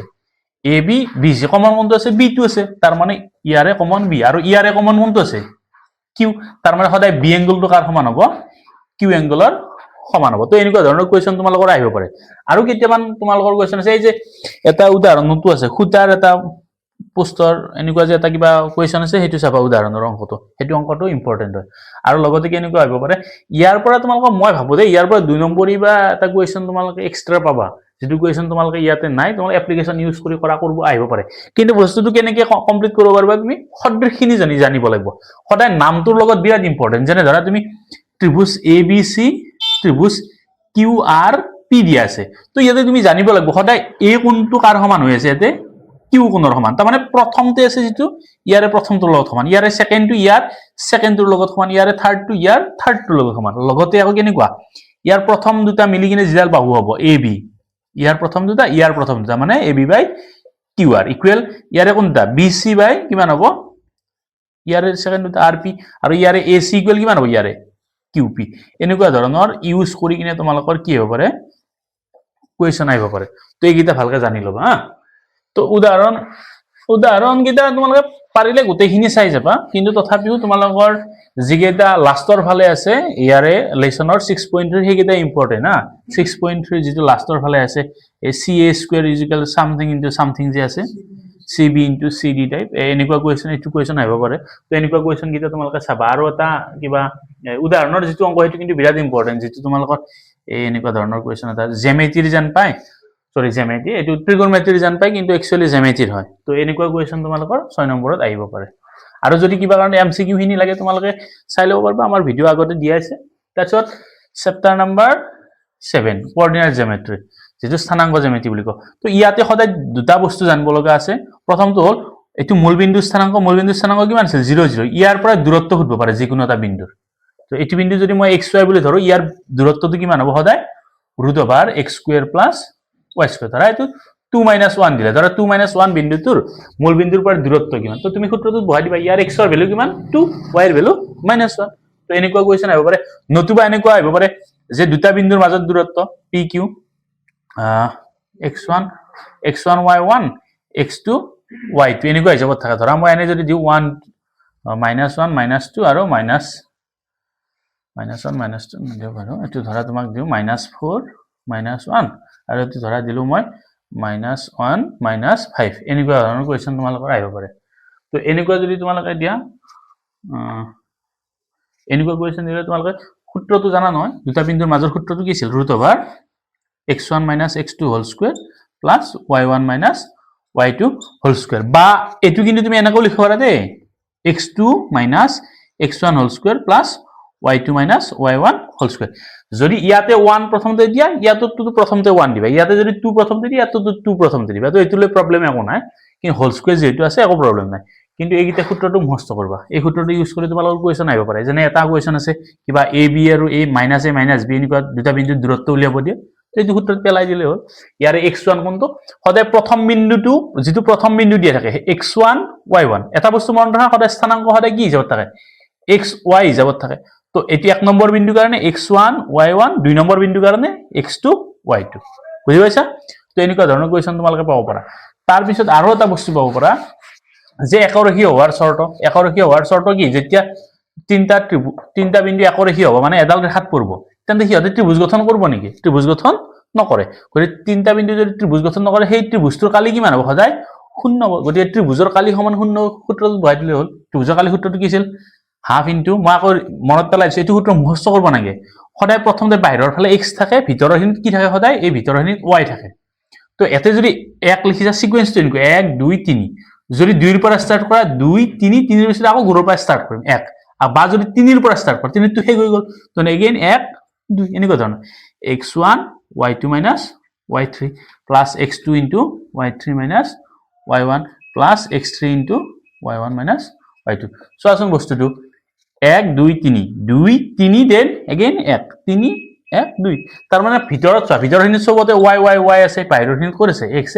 x তো ইটো হল ত্ৰিভুজৰ কালি সূত্ৰ তে ত্ৰিভুজৰ কালি সমান সদায় কিমান হ'ব উত্তৰটো 0 তো তেতিয়া ত্ৰিভুজটো কি হ'ব বা বিন্দু কেইটা একৰখী হ'ব তো এনেকুৱা কোৱেশ্চন পাব পাৰা আৰু এটা বস্তু চাবা দুটা বিন্দুৰ মাজৰ মধ্যবিন্দু লাগে ধৰা এটো এ বিন্দু এটো বি বিন্দু এটো বিন্দু স্থানাংক লাগে পি বিন্দু যদি এটো মধ্যবিন্দু হয় মধ্যবিন্দু উল্লেখ সূত্ৰটো কি আছিল x1 plus x2 by 2 y1 plus y2 by 2 ধৰা যদি আছে 2 1 এটো ধৰা দিয়া আছে 4 4 এনেকুৱা বিন্দু দুটা মাজৰ বিন্দুটো ল'ব লাগে সদায় x ৰ গিটা প্লাস 2 plus 4 by 2 মানে 2 4 6 6 2 হৰণ কৰিলে কিমান হ'ব 3 আকৌ এইটো প্লাস 1 plus 4 মানে 5 5 by 2 তো এনেকুৱা ধৰণৰ কোৱেশ্চন তোমালোকে পাব পাৰা মধ্যবিন্দু উল্লেখ সূত্ৰ এনে এটা কোৱেশ্চন আছিল যে ধৰা এটা ত্ৰিভুজৰ ABC ত্ৰিভুজৰ মধ্যবিন্দু কেইটা সংযোগ কৰি পোৱা ত্ৰিভুজৰ কালি তো তুমি প্ৰথমতে মধ্যবিন্দু কেইটা উলাই ল'ব লাগিব এইটো সূত্ৰ ইউজ কৰি কিনে মধ্যবিন্দু কেইটা যেতিয়া পাবা PQ ধৰা R PQ R তো মধ্যবিন্দু কৰা ত্ৰিভুজটো এই ত্ৰিভুজটো ভিতৰৰ ত্ৰিভুজটো ইয়াৰ কালি উলাব লাগিলে আকৌ কোনটো সূত্ৰ এইটো এই মাত্ৰ যে কল ত্ৰিভুজৰ কালি সূত্ৰটো এই সূত্ৰত বহাই দিলে হৈ গ'ল বিন্দু কেইটা পোৱাৰ পিছত আৰু বিন্দু কেইটাৰ ক্ষেত্ৰত x1 y2 কোন কেনেকৈ গম পাবা প্ৰথম বিন্দুটো সদায় x1 y1 সেকেন্ড বিন্দুটো x2 y2 থাৰ্ড বিন্দুটো x3 y3 তো তেনেকুৱা ধৰণৰ হ'ব তো এইটো গ'ল তাৰ পিছত তোমালোকে ইয়াত তোমালোকে বেছি টান কোৱেশ্চন নাপোৱা ইয়াত ইজি কোৱেশ্চন হ'ব আৰু এটা বস্তু হ'ব যে 2 - 3 বিন্দুটো x অক্ষৰ পৰা কিমান দূৰত আছে x অক্ষৰ পৰা দূৰত্ব আছে মানে কি y ৰ মানটো সদায় আৰু y অক্ষৰ পৰা দূৰত্ব কিমান খুদিলে x ৰ মানটো যদি x ৰ পৰাই দূৰত্ব হয় x ৰ পৰাই দূৰত্ব তেন্তে y ৰ মানটো কিমান আছে -3 কিন্তু দূৰত্ব কোনদিন মাইনাসত নহয় সেইকাৰণে কি লিখিম 3 একক হা দূৰত্ব কোনদিন কি নিলিখে মাইনাস নিলিখে যেনে তোমাৰ আমাৰ ঘৰৰ পৰা তোমাৰ ঘৰলৈ দূৰত্ব কিমান বুলি যদি হতো -5 কিলোমিটাৰ মই নিলিখো ডাইৰেক্ট কি হ'ব 5 কিলোমিটাৰ বা y ৰ পৰা যদি দূৰত্ব হতে তেন্তে কি লিখবা তুমি x ৰ মানটো মানে 2 বুজিছা এনেকুৱা কোৱেশ্চন তোমালোকে পাব পাৰা মূল বিন্দুটো স্থানাংকটো জানাই 0 0 আৰু কিছুমান তোমালোকৰ 1 মাৰ্কছৰ কোৱেশ্চন আছে MCQ যিখিনি আমাৰ কমন যিখিনি কোৱেশ্চন সেইখিনি তোমালোকক আমি আগতে ইউটিউবত প্ৰভাইড কৰিছো আগতে সেইকেইটা ভিডিও চাই ল'ব পাৰিলে তাৰপিছত ইয়াৰ পৰা ইমান টাফ কোৱেশ্চন নাহে তোমালোকৰ এইখিনি বস্তু ইউজ কৰি কিনে তোমালোকৰ আহিলে হা তাৰপিছত তোমাৰ হা আৰু এইটো আহিব পাৰে ধৰা P বিন্দুটো A বিন্দুৰ পৰা A আৰু B বিন্দুৰ পৰা দূৰত্ব আছে যেটো বিন্দু x অক্ষত আছে x অক্ষত থকা বিন্দুটো আমি কি লিখো এইটো প্ৰশ্ন আহিব দে x অক্ষত থকা বিন্দু যেনেকৈ ধৰা 1 2 3 1 2 3 1 2 3 2 3 এইডাল x অক্ষ মাইনাস এইটো এটা চোৱা এইটো ধৰা 1 2 3 -1 -2 -3 এনেকুৱা ধৰণৰ হা তো এইটো বিন্দু আমি কি লিখিম সদায় এইটো বিন্দুৰ স্থানাংক কিমান হ'ব সদায় x ৰ মান লিখো x ৰ মান আছে কিমান 1 y ৰ মান আছে নেকি নাই 0 তাৰ মানে 1 0 এইটো বিন্দুৰ স্থানাংক কিমান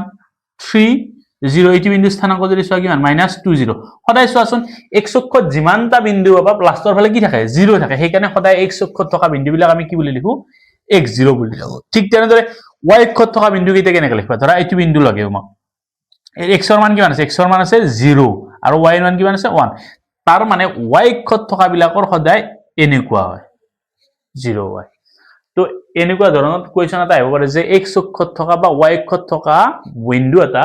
যদি a আৰু b অমুক বিন্দুৰ পৰা সমদূৰ হ'ব তেতিয়া সূত্ৰটো উলিয়া তো এনেকুৱা কোৱেশ্চন তোমালোকে পাব পাৰা ধৰা এইটো 2 3 দিছে 2 3 এইটো -4 5 এই দুটা বিন্দুৰ পৰা সমদূৰৱৰ্তী x অক্ষত থকা বিন্দু তো x অক্ষত থকা বিন্দু তুমি ধৰি লোৱা x0 বাস তুমি সূত্ৰটো বহাই দিয়া পাৰিবা বা ইয়াতে আৰু এটা বস্তু আছে মই ক'ব পাৰিছো এই তোমালোকৰ যদি অনুপাত দিয়া থাকে অনুপাতৰ সূত্ৰটো মনত আছে নে যদি A আৰু B বিন্দু তাৰে প্ৰশ্ন পাবা তোমালোকে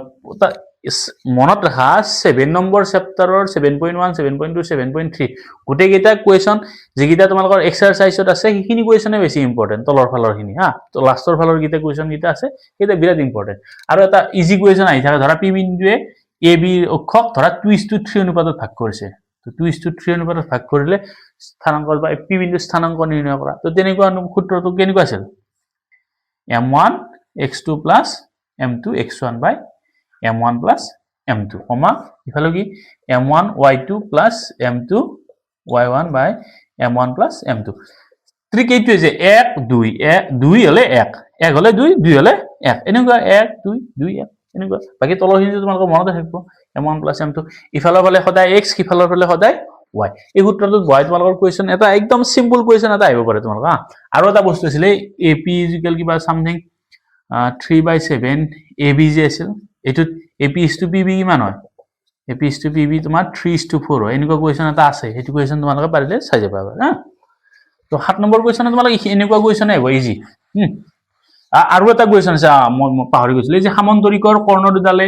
কটাকটি কৰে তেন্তে এইটো বিন্দুৰ স্থানাংক লোৱা তো সামন্তৰিকৰ বিন্দুটো সদায় মধ্যবিন্দুত কটাকটি কৰে এটো মনত ৰাখিবা সামন্তৰিকৰ কৰ্ণ দুডালে সদায় কোন বিন্দুত কটাকটি কৰে মধ্যবিন্দু তো মধ্যবিন্দু উলিয়া সূত্ৰ যেটি x1 + x2/2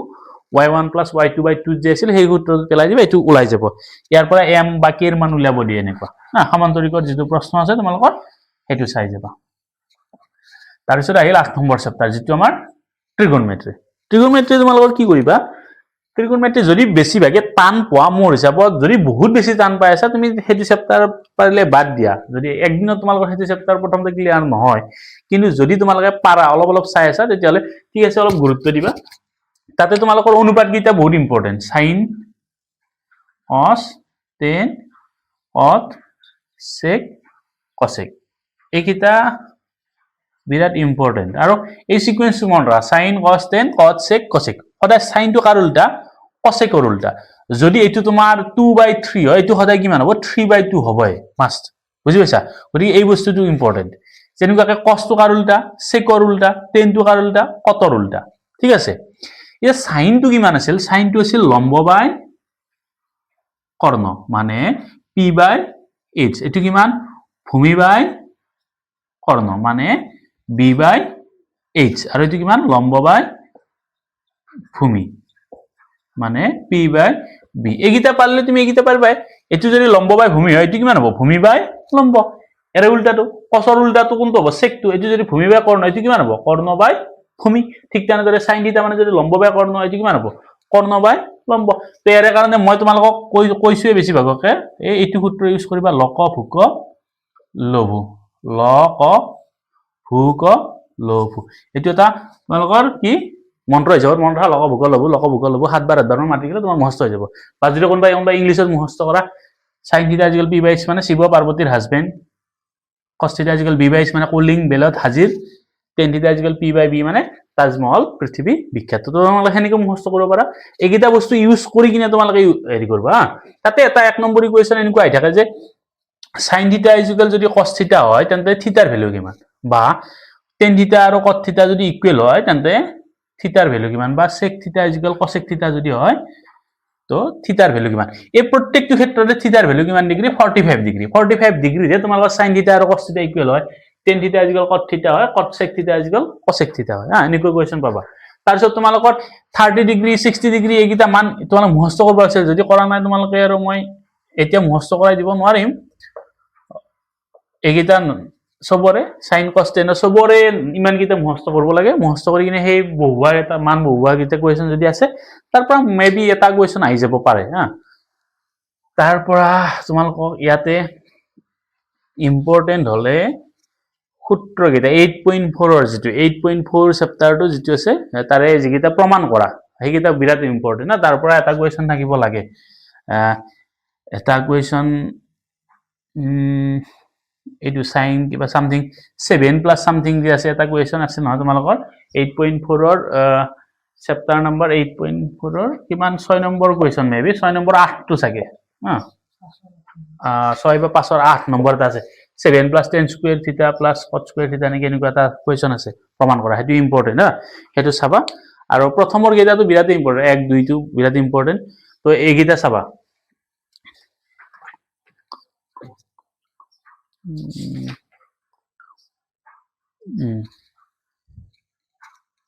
পাঁচৰ আঠ ন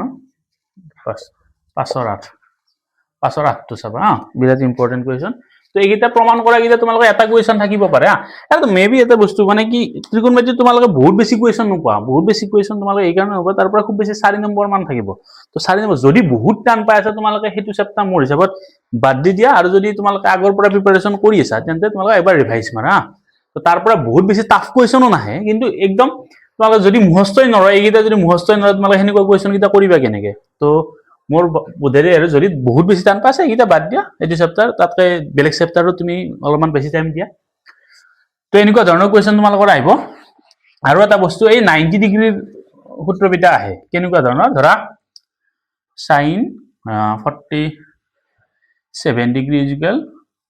cos কিমান ডিগ্ৰী ধৰা এইটো সুধিলে তো এইটো কিমান হ'ব সদায় এনেকুৱা বস্তুবিলাক 90 ৰ পৰা মাইনাস কৰি দিয়া 47 মানে কিমান হ'ব 10 হাত গলে 3 8 4 গলে 4 মানে cos কিমান ডিগ্ৰী হ'ব 43 ডিগ্ৰীৰ ইকুৱেল হ'ব সদায় এইটো এনেকুৱা হৈ থাকে 90 ডিগ্ৰী মাইনাস থিটা হৈ থাকে থিটাটো তোমাৰ এইটো হ'ব তো এনেকুৱা ধৰণৰ কুৱেশ্যন হ'ব আৰু ইয়াৰে প্ৰমাণ কৰা কেইটামান আছে একেলগে সেইকেইটা বিৰাট বেছি ইম্পৰ্টেণ্ট sec 4 থিটা ইকুৱেল sec 4 থিটা ইকুৱেল ধৰা cosec থিটা মাইনাস 25 এনেকুৱা আছে ধৰা থিটাৰ ভ্যালু কিমান উলিয়াব দিব পাৰে তো এইকেইটা কুৱেশ্যন এনেকুৱা কুৱেশ্যন এটা চাবা কেনেকুৱা হয় জাস্ট 90 মাইনাস কৰি দিয়া এইটো 90 মাইনাস 4 থিটা কৰি দিয়া এইটো cosec পাতি দিলা তো এইখিনিটো একেই আছে cosec থিটা মাইনাস 25 তো কেনেকুৱা হ'ব এটো cosec আছে মানে এইখিনি ইকুৱেল এইখিনি হ'ব 90 মাইনাস 4 থিটা ইকুৱেল কিমান হ'ব থিটা মাইনাস 25 আলটিমেটলি এনেকুৱা হ'ব তো ইয়াৰ পৰা তোমালোকে থিটাৰ ভ্যালু ওলাই যাব তোমালোকে সিম্পলিফাই কৰিলে তো এনেকুৱা কুৱেশ্যন বিলাক পাবা এটাই বস্তু মন কৰিবা সদায় কি কৰিবা এই বস্তু দুটা একে কৰি ল'ব লাগে যদি এটোত অকলে থাকাটো সদায় 90 মাইনাস কৰি ল'ব লাগে আৰু নামটো সেকৰ ঠাইত কি দিলা cosec যদি 10 থাকিলে তুমি কত দিব লাগিল তেনেকুৱা ধৰণৰ সেইকেইটা সূত্ৰ ইউজ কৰি এটা কুৱেশ্যন আহিব পাৰে তোমালোকৰ এইকেইটা চাবা তাৰ পিছত চেপ্টাৰ নম্বৰ 9 ৰ পৰা তোমালোকৰ নাহে বুলি কৈছে তথাপি এনেকুৱা কুৱেশ্যন এটা চাই যাবা ইন কেস মই এটা দিছো ধৰা এইটো দিয়া আছে 30 ডিগ্ৰী a b c এইটো ধৰা দিয়া আছে তোমাক 24 দেন এইটো উলিয়াব দিছে সদায় এটা বস্তু মন কৰা 8 নম্বৰ চেপ্টাৰৰ এপ্লিকেশন যেহেতু তোমালোকে এটা বস্তু মন ইয়াৰ পৰা কুৱেশ্যন নাই বেছি নাই কিন্তু 1 মাৰ্কছৰ কুৱেশ্যন তোমালোকৰ পাই যাব পাৰা ন একো ডাঙৰ কথা নহয় তো এটা বস্তু মন কৰা এইটো কি বুলি ধৰো আমি থিটা সদায় কাল লগত লাগি থাকে থিটা সদায় ভূমি আৰু কৰ্ণৰ লগত লাগিলে তাৰ মানে এইডাল যদি ভূমি হয় এইডাল কি হ'ব কৰ্ণডালটো সদায় দীঘল আমি গমে পাওঁ তো কৰ্ণডাল দীঘল আৰু যিডাল থিটাৰ লগত লাগি আছে সেইডাল কি হ'ব ভূমি তাৰ মানে এইডাল কিমান হ'ব লম্ব মানে এইটো b এইটো p আৰু এইটো তোমাৰ h এটা তোমাক b টো দিয়া আছে উলাব লাগে p b/p থাকা বা p/b থাকা সূত্ৰ কোনটো ফৰ্মুলা কোনটো আছিল বা লম্ব বাই ভূমি থাকা ফৰ্মুলা কোনটো আছিল তুমি চোৱা কোন কিমান থিটা ইকুৱেল লম্ব বাই ভূমি আছিল মই কৈছিল লক ভুক লঘু যদি হয় কোনটো আছিল বা শিৱ পাৰ্বতীৰ কি তাজমহল পৃথিৱী বিখ্যাত মনত আছিল না তাজমহল পৃথিৱী বিখ্যাত বা লঘু কোনটো আছিল লক ভুক লঘু 3 নম্বৰটো মানে 10 থিটা ইকুৱেল তোমাৰ কিমান হ'ব ইমান হ'ব তো 10 থিটা মানে যদি ইমান হয় থিটাৰ ভ্যালু তোমাক দি আছে 10 কিমান ডিগ্ৰী দি আছে 30 ডিগ্ৰী 30 ডিগ্ৰী হলে লম্ব কিমান আছে লম্ব তোমাক দিয়া আছে নেকি নাই এইডাল তুমি নাজানা a b ৰ ভ্যালু আৰু ভূমি কিমান দি আছে 24 দি আছে তো 10 থিটাৰ ভ্যালু কিমান 1030 ডিগ্ৰীৰ ভ্যালু আছে 1/√3 তো এইটো কি তুমি জানিব লাগিব 1030 ভ্যালু যদি তুমি নাজানা অংকটো কৰিবা কেনেকে তো 1030 ভ্যালু 1/√3 ab/24 তো তাৰ পৰা তুমি ab ৰ ভ্যালু উলাই দিব পাৰা ab ইকুৱেল কিমান হ'ব সিম্পলিফাই কৰিলে তোমালোকে কিমান পাবা 24/√3 আৰু যদি হৰ পৰিমেয়কৰণ কৰি দিয়া দুইটাতে √3 পূৰণ কৰি দিবা 8√3 ইমান একক হৈ যাব গতিকে এনেকুৱা ধৰণৰ কুৱেশ্যন তোমালোকে পাব পাৰা এটা সো এতিয়া চোৱা তোমালোকে আশা কৰোঁ বুজি পাই আছা মই চেপ্টাৰ 5 6 7 8 গল 9 টো বাবে নালাগে তেনে এবাৰ চেপ্টাৰ 10 টো কি দিছে চেপ্টাৰ 10 টো দিয়া আছে বৃত্ত এতিয়া বৃত্তৰ পৰা তোমালোকৰ এমসিকিউ এনেকুৱা ধৰণৰ কুৱেশ্যন আহিব পাৰে বৃত্তত তোমালোকে জানাৰ আগতে বৃত্তত দুটা থিওৰি দিয়া আছে তোমালোকে সেই থিওৰিটো এবাৰ পৰীক্ষাৰ কাৰণে চাই যাবা প্ৰথম থিওৰিটো মই একবাৰ কৈ দিছো প্ৰথম থিওৰিটো কি আছিল যে এটা বৃত্তৰ এটা এটা স্পৰ্শক তাতে তোমালোকৰ বৃত্তৰ স্পৰ্শকৰ কথাটো আছে হা সো মই প্ৰথমতে স্পৰ্শকৰ কথাটো কৈ দিছো বৃত্তৰ স্পৰ্শক কি যে বৃত্তৰ বহিৰ্বিন্দুৰ পৰা যদি বৃত্তটো এটা বিন্দুত স্পৰ্শ কৰে তাক বৃত্তটো কি বুলি কোৱা হয় স্পৰ্শক বুলি কোৱা হয় ঠিক আছে তো যদি এটা বিন্দুত ছেদ কৰে তেতিয়াহ'লে বৃত্তটোক কি বুলি কোৱা হয় স্পৰ্শক আৰু এই বিন্দুটোক কি বুলি কোৱা হয় স্পৰ্শ বিন্দু তো কুৱেশ্যন আহিব পাৰে যে এটা বৃত্তৰ কিমানডাল স্পৰ্শক থাকিব পাৰে এটা বৃত্তৰ স্পৰ্শক অসংখ্য থাকিব পাৰে এনেকুৱাকৈ বৃত্তৰ স্পৰ্শক কিমান থাকিব পাৰে অসংখ্য স্পৰ্শক থাকিব পাৰে বৃত্তৰ স্পৰ্শক কিমান অসংখ্য স্পৰ্শক থাকিব ঠিক আছে এটা এটা কুৱেশ্যন দেন এইটো এটা এমচিকিউ আহিব পাৰে যে এটা বৃত্তৰ সমান্তৰাল স্পৰ্শক কিমান থাকিব সমান্তৰাল স্পৰ্শক তাৰ মানে এইডাল ইয়াৰ সমান্তৰাল স্পৰ্শক হ'লে এইডাল হ'ব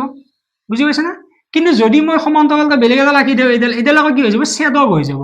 বুজি পাইছা সেইটো এটা কুৱেশ্যন আহিব পাৰে ঠিক আছে বৃত্তৰ সমান্তৰাল স্পৰ্শক আৰু বৃত্তটোৰ ভিতৰত ছেদ কৰা ৰেখাডালক কি বুলি কোৱা হয় ছেদক বুলি কোৱা হয় ঠিক আছে সেইটো বাবে বেলেগ কিন্তু বৃত্তৰ সমান্তৰাল স্পৰ্শক কেইডাল সমান্তৰাল স্পৰ্শক থাকিব দুডাল বা মই যদি আকৌ এনেকুৱা আহিলে কি হৈ যায় সমান্তৰাল স্পৰ্শক কেইডাল থাকে দুডাল থাকে ঠিক আছে দেন তোমালোকৰ এইটো এনেকুৱা কুৱেশ্যন আহিব পাৰে যে এটা বৃত্ত দিয়া আছে বৃত্তটো ব্যাসাৰ্ধ দিছে সাপোজ 3 সেন্টিমিটাৰ ব্যাসাৰ্ধ 3 সেন্টিমিটাৰ দিছে গতিকে বৃত্তটোৰ আমাক সুধিব পাৰে যে সমান্তৰাল স্পৰ্শকৰ মাজৰ দূৰত্ব কিমান তাৰ মানে মই যদি এনেকৈ সমান্তৰাল স্পৰ্শক টানো এই সমান্তৰাল স্পৰ্শকডাল এনেকুৱা হ'ব জানো এইখিনি দূৰত্ব লাগিছে এইখিনি যদি 3 হয় এইখিনি কিমান হ'ব 3 আল্টিমেটলি 3 কিমান হৈ গ'ল 6 আকৌ কেতিয়াবা এই কুৱেশ্যনটো উল্টাকৈ দিব পাৰে যে এটা বৃত্ত দিয়া আছে বৃত্তটোৰ সমান্তৰাল স্পৰ্শকৰ মাজৰ দূৰত্ব 8 সেন্টিমিটাৰ তেতিয়াহ'লে বৃত্তটো কালি কিমান এবাৰ কালিও সুধি দিব পাৰে তো বৃত্তটো যদি সমান্তৰাল স্পৰ্শকৰ মাজৰ দূৰত্ব 8 সেন্টিমিটাৰ হয় গোটেইখিনি যদি 8 হয় এইখিনি হ'ব 4 এইখিনি হ'ব কিমান 4 সো বৃত্তটোৰ কালি তেতিয়া কিমান হ'ব পাই r স্কয়াৰ ইয়াত তোমালোকৰ পাইটো পাই হিচাপে ৰাখি চাগে বেছি ভাগত থাকে আৰু তেতিয়াহ'লে এইটো কি হ'ব 4 স্কয়াৰ তাৰমানে 16 পাই বা যদি 6 থাকে 9 পাই বুজি পাইছা সো তেনেকুৱা ধৰণৰ কুৱেশ্যন আহিব পাৰে বৃত্তৰ স্পৰ্শকৰ পৰা তেনেকুৱা কুৱেশ্যন আহিব পাৰে এতিয়া স্পৰ্শকক বাদ দি কিনে আমাৰ বৃত্তৰ পৰা কি হ'ব স্পৰ্শক ৰিলেটেড দুটা আমাৰ উপপাদ্য দিয়া আছে দুটা উপপাদ্য কেনেকুৱা দিয়া আছে যে প্ৰথম উপপাদ্যটো হ'ল এই বৃত্তৰ স্পৰ্শবিন্দুত থকা স্পৰ্শবিন্দুত থকা কি এই ব্যাসাৰ্ধৰ লম্ব বুজি পাইছা তাৰ মানে মই যদি বৃত্তটোৰ এই স্পৰ্শবিন্দু সাপোজ এই স্পৰ্শবিন্দুত যদি মই এ বি এডাল স্পৰ্শক টানো এই এ বি ডাল কাৰ ওপৰত লম্ব ও এৰ ওপৰত লম্ব ঠিক আছে যদি লম্ব হয় এইটো কোণ কিমান ডিগ্ৰী 90 ডিগ্ৰী তো মই যদি এইটো কানেক্ট কৰি দিওঁ এইটো এটা কি হৈ গ'ল সমকোণী ত্ৰিভুজ হৈ গ'ল তো সমকোণী ত্ৰিভুজত আমি কি কৰিব পাৰোঁ পাইথাগোৰাছৰ সূত্ৰ এপ্লাই কৰি যদি দুটা বাহু দিয়াই থাকে আমি তৃতীয় বাহুটো উলিয়াব পাৰোঁ আৰু এইটো কুৱেশ্যন পৰীক্ষাত প্ৰায় আহি থাকে হা বেলেগ বেলেগ টাইপত কুৱেশ্যনটো দিব পাৰে তো তোমালোকৰ কি আহিব পাৰে যে বৃত্তটোৰ ব্যাসাৰ্ধ দিলে স্পৰ্শকডালত দৈৰ্ঘ্য দিলে তেতিয়াহ'লে বৃত্তটোৰ কেন্দ্ৰৰ পৰা মানে স্পৰ্শবিন্দুৰ বাহিৰত থকা মানে স্পৰ্শকৰ বাহিৰত থকা বৃত্তটোৰ বাহিৰত থকা বিন্দুটোৰ মাজত দূৰত্ব সুধিব পাৰে বা এনেকৈ দিয়া আছে বৃত্তটোৰ ব্যাসাৰ্ধ উলিয়াব দিব পাৰে তেতিয়া তোমালোকে কি কৰিবা পাইথাগোৰাছৰ সূত্ৰ এপ্লাই কৰিবা এইটো যদি সমকোণী ত্ৰিভুজ হয় কৰ্ণ স্কয়াৰ মানে ও বি স্কয়াৰ কৰ্ণ স্কয়াৰ ইকুৱেল টু লম্ব স্কয়াৰ ও এ স্কয়াৰ প্লাস ভূমি স্কয়াৰ তাৰ মানে এ বি স্কয়াৰ তো এইখিনি তোমালোকে চাই এইখিনি সলভ কৰিব পাৰিবা ঠিক আছে দেন তোমালোকৰ এনেকুৱা কুৱেশ্যন আহিব পাৰে এনেকৈ দি থৈ দিলে এইটো এটা বৃত্ত দিলে এনেকৈ দিলে এইটো দিলে ঠিক আছে তো তোমালোকক কি সুধিব পাৰে এই এংগলটো দি থৈ দিছে সাপোজ এইটো এংগল 110 ডিগ্ৰী তেতিয়াহ'লে আমাক এই এংগলটো সুধিছে এই এংগলটো কিমান হ'ব তো চাবা এইটো এটা যদি মই ও এ বি সি এইটো এটা চতুৰ্ভুজ টাইপ হৈ আছে হয় এইটো এটা চতুৰ্ভুজ টাইপ যেহেতু হৈ আছে তেতিয়াহ'লে চতুৰ্ভুজৰ চাৰিটা কোণৰ যোগফল কিমান 360 ডিগ্ৰী তাৰমানে এই কোণটো এইটো কোণ আকৌ কি 90 ডিগ্ৰী হ'বনে কাৰণ বৃত্তৰ স্পৰ্শকডাল স্পৰ্শবিন্দুত ব্যাসাৰ্ধ কি লম্ব তো এইডাল ইয়াৰ লম্ব আছে লম্ব হোৱাৰ লগে লগে এই কোণটো 90 ডিগ্ৰী এই কোণটো কিমান হৈ গ'ল 90 ডিগ্ৰী হৈ গ'ল 90 90 180 আৰু 110 কিমান হৈ গ'ল 270 সৰি 290 হোৱাৰ লগে 360 হ'ব লাগিলে আৰু কিমান ডিগ্ৰী লাগিল 70 ডিগ্ৰী লাগিল বা তোমালোকে এইটো মনত ৰাখিব পাৰা এই কোণটো মুখামুখি কোণবিলাক এই কোণটো আৰু এই কোণটো সম্পূৰক কোণ হয় আৰু এইটোৱে এটা কুৱেশ্যন তোমালোকৰ প্ৰুফ কৰা দি থোৱা আছে লাষ্ট এক্সাৰচাইজত 10 নম্বৰ মান কুৱেশ্যন হ'ব কিজানি ঠিক আছে 10 না 12 নম্বৰ কুৱেশ্যন কিবা তেনেকুৱা এই মুখামুখি এই কোণটো সম্পূৰক কোণ বুলি কোৱা হয় হা তো এইটো কোণ আৰু এইটো কোণ কিমান 90 90 180 এইটো কোণ আৰু এইটো কোণ যোগ কৰি দিলে কিমান হ'ব 180 হয় সো 110 ৰ লগত কি যোগ কৰি দিলে 180 হয় 70 ডিগ্ৰী বুজি পাইছা সো এনেকুৱা ধৰণৰ কুৱেশ্যন তোমালোকৰ আহিব পাৰে বা তোমালোকৰ এইটো উপপাদ্যৰ লগত ৰিলেট কৰা আৰু দুটা এনেকুৱা কুৱেশ্যন আহিব পাৰে যে এটা ঐক্যকেন্দ্ৰিক বৃত্ত আছে এটা ঐক্যকেন্দ্ৰিক বৃত্ত এনেকৈ দিয়া আছে এটা নহয় সৰি দুটা ঐক্যকেন্দ্ৰিক বৃত্ত দুটা তিনিটা এটাতকৈ বেছি থাকে তাৰপিছত ক'ব পাৰে কি যে ডাঙৰ বৃত্তৰ জেডালে সৰু বৃত্তটোক স্পৰ্শ কৰে ডাঙৰ বৃত্তৰ জেডালে সৰু বৃত্তটোক স্পৰ্শ কৰে কৈছে ডাঙৰ বৃত্তটো ব্যাসাৰ্ধ 5 সেন্টিমিটাৰ তাৰমানে এইটো কিমান হ'ব 5 সেন্টিমিটাৰ সৰু বৃত্তটো ব্যাসাৰ্ধ 3 সেন্টিমিটাৰ তাৰমানে এইটো কিমান 3 সেন্টিমিটাৰ তেতিয়াহ'লে আমাক কি সুধিব পাৰে AB জেডালৰ দৈৰ্ঘ্য সুধিব পাৰে ঠিক আছে তো ডায়াগ্ৰামটো তোমালোকে এনেকৈ গম পালা 4 5 আৰু 3 হ'ল তো পাইথাগোৰাছৰ সূত্ৰৰ মতে এইটো মান পাবা এইটো মান তোমালোকে 4 পাবা এইখিনি 4 হোৱাৰ লগে লগে এইখিনি কিমান পাবা 4 পাবা তো 4 4 AB ইকুৱেল কিমান হ'ব 8 সেন্টিমিটাৰ পাই যাবা এইটো এটা ফেমাস কোৱেশ্চন তোমালোকৰ পৰীক্ষাত পাই থাকা ঠিক আছে সো এনেকুৱা কোৱেশ্চন তোমালোকে চাবা ওকে আৰু যিখিনি তোমালোকৰ পাইথাগোৰাছ ৰিলেটেড কোৱেশ্চন এইকেইটা কোৱেশ্চন তোমালোকৰ পৰীক্ষাত এটা আহিব পাৰে ওকে আৰু যিখিনি সমান্তৰাল স্পৰ্শকৰ মাজত দূৰত্ব সমান্তৰাল স্পৰ্শক দিয়া থাকিলে কালি উলিওৱা সেইবিলাক কোৱেশ্চন তোমালোকে চাব পাৰা ঠিক আছে দেন আৰু এটা কোৱেশ্চন আছে আমাৰ কোৱেশ্চনটো একজেক্টলি মনত পৰা নাই যে এনেকৈ দিব পাৰে যে 6 সেন্টিমিটাৰ বাহুযুক্ত এটা বৰ্গৰ ভিতৰত আঁকিব পৰা বৃত্তটোৰ সৰ্বোচ্চ কালি কিমান মানে এনেকুৱা এটা দিব পাৰে এইটো এটা বৰ্গ 6 সেন্টিমিটাৰ এইটো 6 সেন্টিমিটাৰ এইটো 6 এইটো 6 ইয়াৰ ভিতৰত যদি মই বৃত্ত আঁকো এই বৃত্তটো কালি সোধে চোৱাচোন কুৱেশ্যনটো এনেকৈ এটা বৃত্ত দিয়া আছে এই বৃত্তটো এনেকুৱা হ'ব ঠিক আছে এই বৃত্তটোৰ কালি কিমান হ'ব বৃত্ত যে আলুৰ নিচিনা হ'ল বাৰু এই বৃত্তটোৰ কালি কিমান হ'ব সো বৃত্তৰ কালি উলিয়াব লাগিলে বৃত্তৰ কালি পাই আৰ স্কোৱাৰ তো এইটো যিহেতু 6 সেন্টিমিটাৰ দিয়া আছে গতিকে কালি কিমান আৰ এইখিনি গোটেইখিনি 6 হ'লে এইখিনি কিমান হ'ব 3 6 এইখিনি কিমান হ'ব 3 তাৰ আৰৰ মান কিমান হ'ব 3 পাই ইনটু 3 স্কোৱাৰ তাৰ মানে 9 পাই বুজি পাইছা সো এনেকুৱা কুৱেশ্যন তোমালোকে চাবা ঠিক আছে তোমালোকে নাভাবিবা যে কিতাপত নাই এনেকুৱা ধৰণৰ কুৱেশ্যন কিতাপত আছে কিতাপৰ পৰা এপ্লিকেশ্যন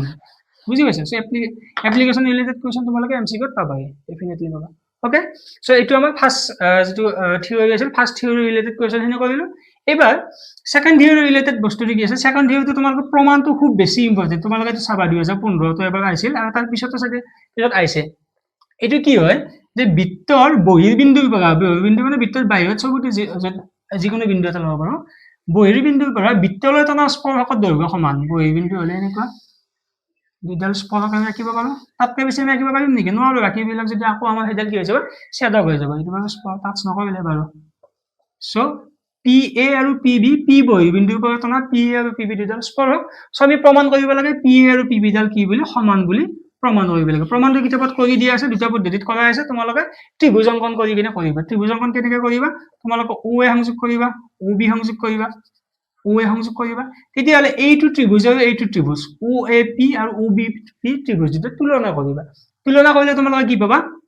এই কোণটো 90 ডিগ্ৰী পাবা এই কোণটো 90 ডিগ্ৰী পাবা কাৰণ বৃত্তৰ স্পৰ্শক স্পৰ্শবিন্দুত টনা ব্যাসাৰ্ধৰ লম্ব সো এই কোণটো 90 ডিগ্ৰী পালা দেন তোমালোকে OA ইকুৱেল টু OB পাবা কাৰণ একে বৃত্তৰ ব্যাসাৰ্ধ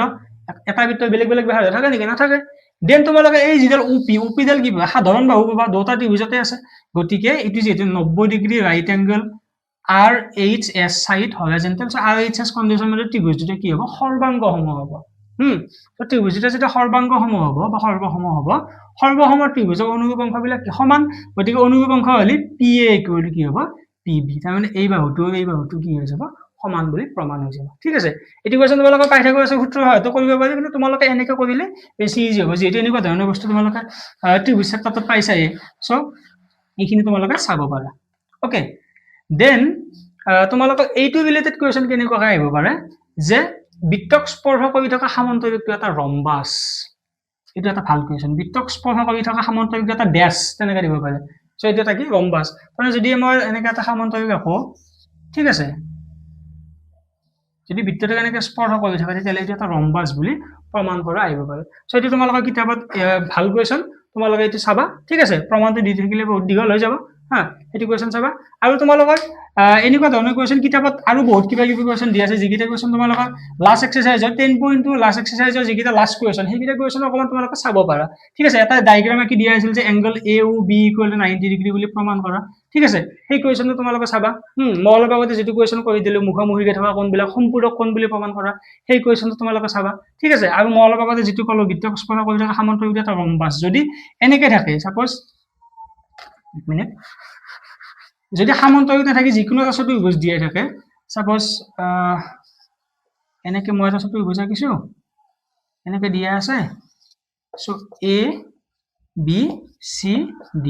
আৰু PQRS তেতিয়া কি হয় এই AB বাহু আৰু DC বাহুৰ যোগফলটো BC বাহু আৰু AD বাহুৰ যোগফলৰ কি হয় সমান হয় ঠিক আছে সো এইটো তোমালোকৰ MCQ টো সোধে কেতিয়াবা ঠিক আছে সো এইটো তোমালোকে চাবা ঠিক আছে তো এইটোৰ পৰা আকৌ আমি প্ৰমাণ কৰিব পাৰোঁ বৃত্তক স্পৰ্শ কৰি থকা সামান্তৰিক এটা ৰম্বাস, এইটোক আমি ৰম্বাস বুলি প্ৰমাণ কৰিব পাৰোঁ, কাৰণ ৰম্বাসৰ বিপৰীত বাহুবিলাক কি সমান। চ' মই ডি চিৰ সলনি এ বি লিখিব পাৰোঁ, তাৰপিছত বি চিৰ সলনি মই এ ডি লিখিব পাৰোঁ। So' A B equal to A D হৈ যাব। আকৌ এই বাহুটো আৰু এই বাহুটো সমান, এই বাহুটো এই বাহুটোৰ লগত অলৰেডি সমান হৈ আছে। চ' তাৰ পৰা আমি কি কৰিব পাৰোঁ, এইটো ৰম্বাস বুলি প্ৰুভ কৰিব পাৰোঁ। ঠিক আছে, চ' এইখিনি তোমালোকে চাবা, এইখিনি চালে তোমালোকৰ আৰু এইটো চেপ্টাৰত মোটামুটি প্ৰায়খিনি ইম্পৰ্টেণ্ট কুৱেশ্যন কৰাৰ নিচিনা হৈ যাব। আৰু কেতিয়াবা এইটো কুৱেশ্যনৰ পৰা এটা দুটা বনাই দিয়া কুৱেশ্যনো আহিব পাৰে, স্পৰ্শকৰ দৈৰ্ঘ্য উলিয়াই আহিব পাৰে, কিন্তু বনাই দিলেও তোমালোকে বিশেষ ভয় খাব নালাগে। এইটোৰ পৰা তোমালোকে যিখিনি পাৰা, যিখিনি নলেজ আছে তাৰ সেইখিনি এপ্লাই কৰিলে তোমালোকে পাই যাবা। ঠিক আছে, চ' এইটো হ'ল বৃত্ত চেপ্টাৰটো ইয়াত শেষ কৰোঁ। চ' বৃত্তৰ লগত একেলগে মই বৃত্ত সম্বন্ধীয় কালিটো ষ্টাৰ্ট কৰোঁ। বৃত্তটো চেপ্টাৰ 10 আছিল, চেপ্টাৰ 1 অংকনটো অকণমান স্কিপ কৰি মই চেপ্টাৰ 12 বৃত্ত সম্বন্ধীয় কালিত যাওঁ। ঠিক আছে, চ' বৃত্ত সম্বন্ধীয় কালিত যেতিয়া যাওঁ তেতিয়া তোমালোকে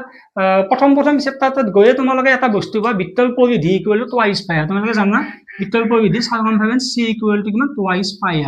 এতিয়া তোমালোকৰ এই পাইৰ এটা সম্পৰ্ক সদে, যদি মই পাইৰ মানটো উলিয়াও চি ইকুৱেল টু এনেকুৱা হ'ব নে, টুৱাইচ আৰ ইনটু পাই, তাৰ মানে C by twice R equal to pi. বুজি পাইছা নে? চ' পাই মানে কি পালো, পাই ইকুৱেল টু এইটো পালো আমি পৰিধি, আৰু এইটো পালো কি টুৱাইচ আৰ মানে কি ব্যাসাৰ্ধৰ দুগুণ, ব্যাসাৰ্ধৰ দুগুণ মানে কি ব্যাস। চ' এইটো এটা ৰিলেশ্যনৰ পৰা পৰীক্ষাত কুৱেশ্যন আহে। চ' পাই ইকুৱেল টু পৰিধি বাই ব্যাস, পাই ইকুৱেল টু পৰিধি বাই ব্যাসাৰ্ধ, তেনেকৈ চাৰিটা অপশ্যন দিব পাৰে। চ' কোনটো শুদ্ধ হয় সুধিব পাৰে। চ' ইয়াৰ পৰা তোমালোকে অকণমান ভাবিলে এইটো কুৱেশ্যন পাই যাবা, আৰু কিতাপত ফাৰ্ষ্ট পেজতে কৰি দিয়া আছে। অ'কে, ইন্ট্ৰডাকশ্যন পাৰ্টখিনিতে কৰাই আছে। দেন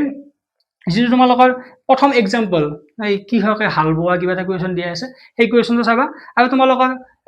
কিতাপত দুটা কুৱেশ্যন আছে নহয়, যে দুটা বৃত্তৰ ব্যাসাৰ্ধ ইমান, তাৰপিছত বৃত্ত দুটাক লগ লগাই কিনে এটা নতুন বৃত্ত পোৱা গ'ল, নতুন বৃত্তটোৰ পৰিধি বাকী দুটা বৃত্তৰ পৰিধিৰ যোগফলৰ সমান, তেতিয়াহ'লে বৃত্তটোৰ নতুন বৃত্তটোৰ ব্যাসাৰ্ধ কিমান উলিয়াব লাগে। তো এইটো কুৱেশ্যন তোমালোকে মনত ৰাখিবা, যেতিয়া বৃত্ত দুটাৰ পৰিধিৰ যোগফল বুলি কয়, এইটো এটা বৃত্ত দিয়া আছে, এইটো এটা বৃত্ত দিয়া আছে, এই দুটা বৃত্তৰ যেতিয়া পৰিধি যোগ কৰি দিম, পৰিধি যোগ কৰি এটা নতুন বৃত্ত পাম। ঠিক আছে, তেতিয়া তোমালোকে কি হ'ব জানানে, এইটো R1, এইটো R2, আৰু এইটো হৈ গ'ল কেপিটেল R। তেতিয়া তোমালোকৰ যেতিয়া নতুন বৃত্তটো ব্যাসাৰ্ধ হয়, নতুন বৃত্তটো ব্যাসাৰ্ধ R ইকুৱেল টু ডাইৰেক্ট এই দুটা যোগ কৰি দিলে পাই যাবা। ঠিক আছে, কিন্তু যদি এইবাৰ কি কয়, এইটো এটা বৃত্ত দিয়া আছে, এইটো এটা বৃত্ত দিয়া আছে,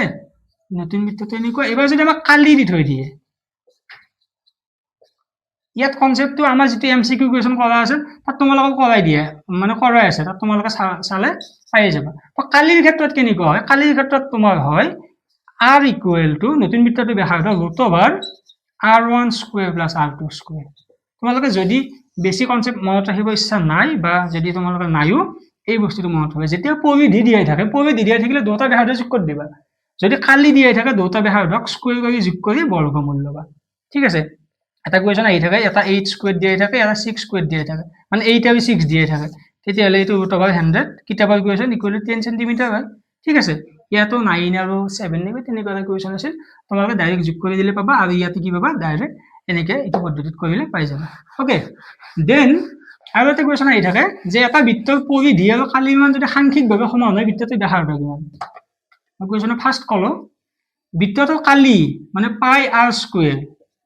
আৰু পৰিধি যদি সমান হয়, কালি আৰু পৰিধি কোনো কালে সমান নহয়, কিন্তু সাংখ্যিক মানটো সমান হ'ব পাৰে। চাপ'জ কালিও 10 হ'ল, পৰিধিও 10 হ'ল, তেনেকুৱা আৰু। ঠিক আছে, কাৰণ ইয়াৰ ইউনিট বেলেগ, ইয়াৰো ইউনিট বেলেগ। চ' তেতিয়াহ'লে বৃত্তটোৰ ব্যাসাৰ্ধ R ইকুৱেল টু কিমান হ'ব সুধিছে। চোৱা, পাই কেঞ্চেল হৈ গ'ল, ইয়াতে এটা R, ইয়াতে এটা R কেঞ্চেল হৈ গ'ল। চ' R ইকুৱেল টু কি থাকিল, 2, মানে 2 ইকুৱেল টু R। চ' ব্যাসাৰ্ধ কিমান পালো, 2 পালো। তেতিয়াহ'লে আকৌ বৃত্তটোৰ কালিও সুধি দিব পাৰিবা, অকণমান এক্সট্ৰাকৈ দিবা, বোলে বৃত্তটোৰ কালি কিমান, পাই R স্কুৱেৰ 2 স্কুৱেৰ মানে 4 পাই হ'ব বৃত্তটোৰ ব্যাসাৰ্ধ। বুজি পাইছা? চ' এইখিনি কুৱেশ্যন তোমালোকে ইন্ট্ৰডাকশ্যন পাৰ্টখিনিতে আছে, বা ফাৰ্ষ্টখিনিতে আছে, সেইখিনি তোমালোকে চাবা। অ'কে, দেন ইয়াৰ পিছত তোমালোকৰ আহিব দুটা ইম্পৰ্টেণ্ট বস্তু, এটা হৈছে বৃত্ত কলা আৰু এটা হৈছে বৃত্ত খণ্ড। এতিয়া এই কথাখিনি যাৰ যাৰ কনচেপ্ট নাই তোমালোকে একবাৰ চাই লোৱা। এইটো এটা বৃত্ত দিয়া আছে, তো এইটো ব্যাসাৰ্ধ, এইটো এটা ব্যাসাৰ্ধ। ঠিক আছে, এই ব্যাসাৰ্ধ সাপেক্ষে যদি মই বৃত্তটোক দুটা ভাগত ভাগ কৰোঁ, তেতিয়া কোৱা হয় বৃত্ত কলা। জন্মদিনৰ কেকৰ মই এক্সাম্পলটো দিয়া জেনেৰেলি, জন্মদিনৰ কেকটো আমি এনেকৈ কাটো নে নাকাটো, যদি জন্মদিনৰ কেক বুলি ধৰা, তুমি এনেকৈ কাটো, হয়। তেতিয়াহ'লে এইটোক কোৱা হয় বৃত্ত কলা। যিটো কম সেইটোক কোৱা হয় গৌণ, এইটোক কোৱা হয় কি গৌণ বৃত্ত কলা, আৰু এইটোক কোৱা হয় কি মুখ্য বৃত্ত কলা, মুখ্য বৃত্ত কলা। ঠিক আছে এতিয়া এই গৌণ বৃত্ত কলাখিনি আমাক কালি সোধে বুজি পাইছা এতিয়া গোটেই বৃত্তটোত কেন্দ্ৰ 360 আছে ইয়াত কিমান ডিগ্ৰী আছে আমি জানো নেকি নাজানো সাপোজ যদি থিটা হয় আৰু ব্যাসাৰ্ধ যদি r হয় তেতিয়াহলে এই ইয়াতে যেটা বিন্দু p বুলি ধৰি লও OA PB এর কালি কিমান হৈছে মানে θ/360 * পাই r স্কয়ার এইটো তোমালোকৰ কোৱেশ্চন আহে এইখিনিৰ এপ্লিকেশনো আহে ঠিক আছে মানে কেনেকৈ হল গোটেই বৃত্তটোৰ কালি কিমান পাই r স্কয়াৰ কিন্তু গোটেই বৃত্তটোৰ কালি লাগে নেকি নালাগে আমাক কোনখিনি লাগে এইখিনি লাগে এইখিনিত কিমান ডিগ্ৰী আছে থিটা ডিগ্ৰী কিমানৰ থিটা 360 থিটা সো θ/360 * পাই r স্কয়াৰ বুজি পাইছা এটা ইয়াৰ পৰা কোৱেশ্চনটো কেনেকৈ আহিব এটা এমসিকিউ এনেকৈ আহিব পাৰে যে থিটা = 1 ডিগ্ৰী হলে বৃত্তটোৰ কি হয় বৃত্তকলাটোৰ কালি কিমান হবে তো থিটা = 1 হলে এটো 1 হৈ যাব পাই r স্কয়ার / 360 হ'ব আহে কেতিয়াবা এইটো কোৱেশ্চন কিতাপতো ডাইৰেক্ট কৰি দিয়া আছে কিতাপখনে এছএমএছ মিডিয়ামৰ লেফট সাইডে ডাৰ্ক কৰি থোৱা আছে পেজ নম্বৰ মনত নাই বাৰু এটা ঠিক আছে তো এইখিনি চাবা দেন তোমালোকৰ এই যেটো বৃত্তকলা গল বৃত্তকলাৰ পৰা কিছুমান কোৱেশ্চন আহিব পাৰে যে এনেকে দিয়া আছে এটা বৃত্তকলাৰ এটা চকৰ কালি সুধিব পাৰে ব্যাসাৰ্ধ দি থৈ দিছে এটা চকৰ কালি কিমান হ'ব পাৰে এনেকৈ কোৱেশ্চন দিব পাৰে যেতিয়া এটা চক বুলি ধৰা হয় তোমালোকে গম পাবা যে বৃত্তটোত চাৰিটা চক সমানে ভাগ কৰিব পাৰো আৰু বৃত্তটো কি হৈছে এটা চক বুলি ক'লে থিটা আই গলো 90 ডিগ্ৰী তো θ/360 * পাই r স্কয়াৰ ব্যাসাৰ্ধ দিয়া থাকিব হ'ব তেনেকৈ কোৱেশ্চন বিলাক তোমালোকে চাবা তাৰ পিছত দেন এটা কোৱেশ্চন আছে ঘড়ীৰ কাটাৰ মিনিটৰ কাটাডালৰ দৈৰ্ঘ্য 14 সেন্টিমিটাৰ গতিকে 5 মিনিটত অতিক্ৰম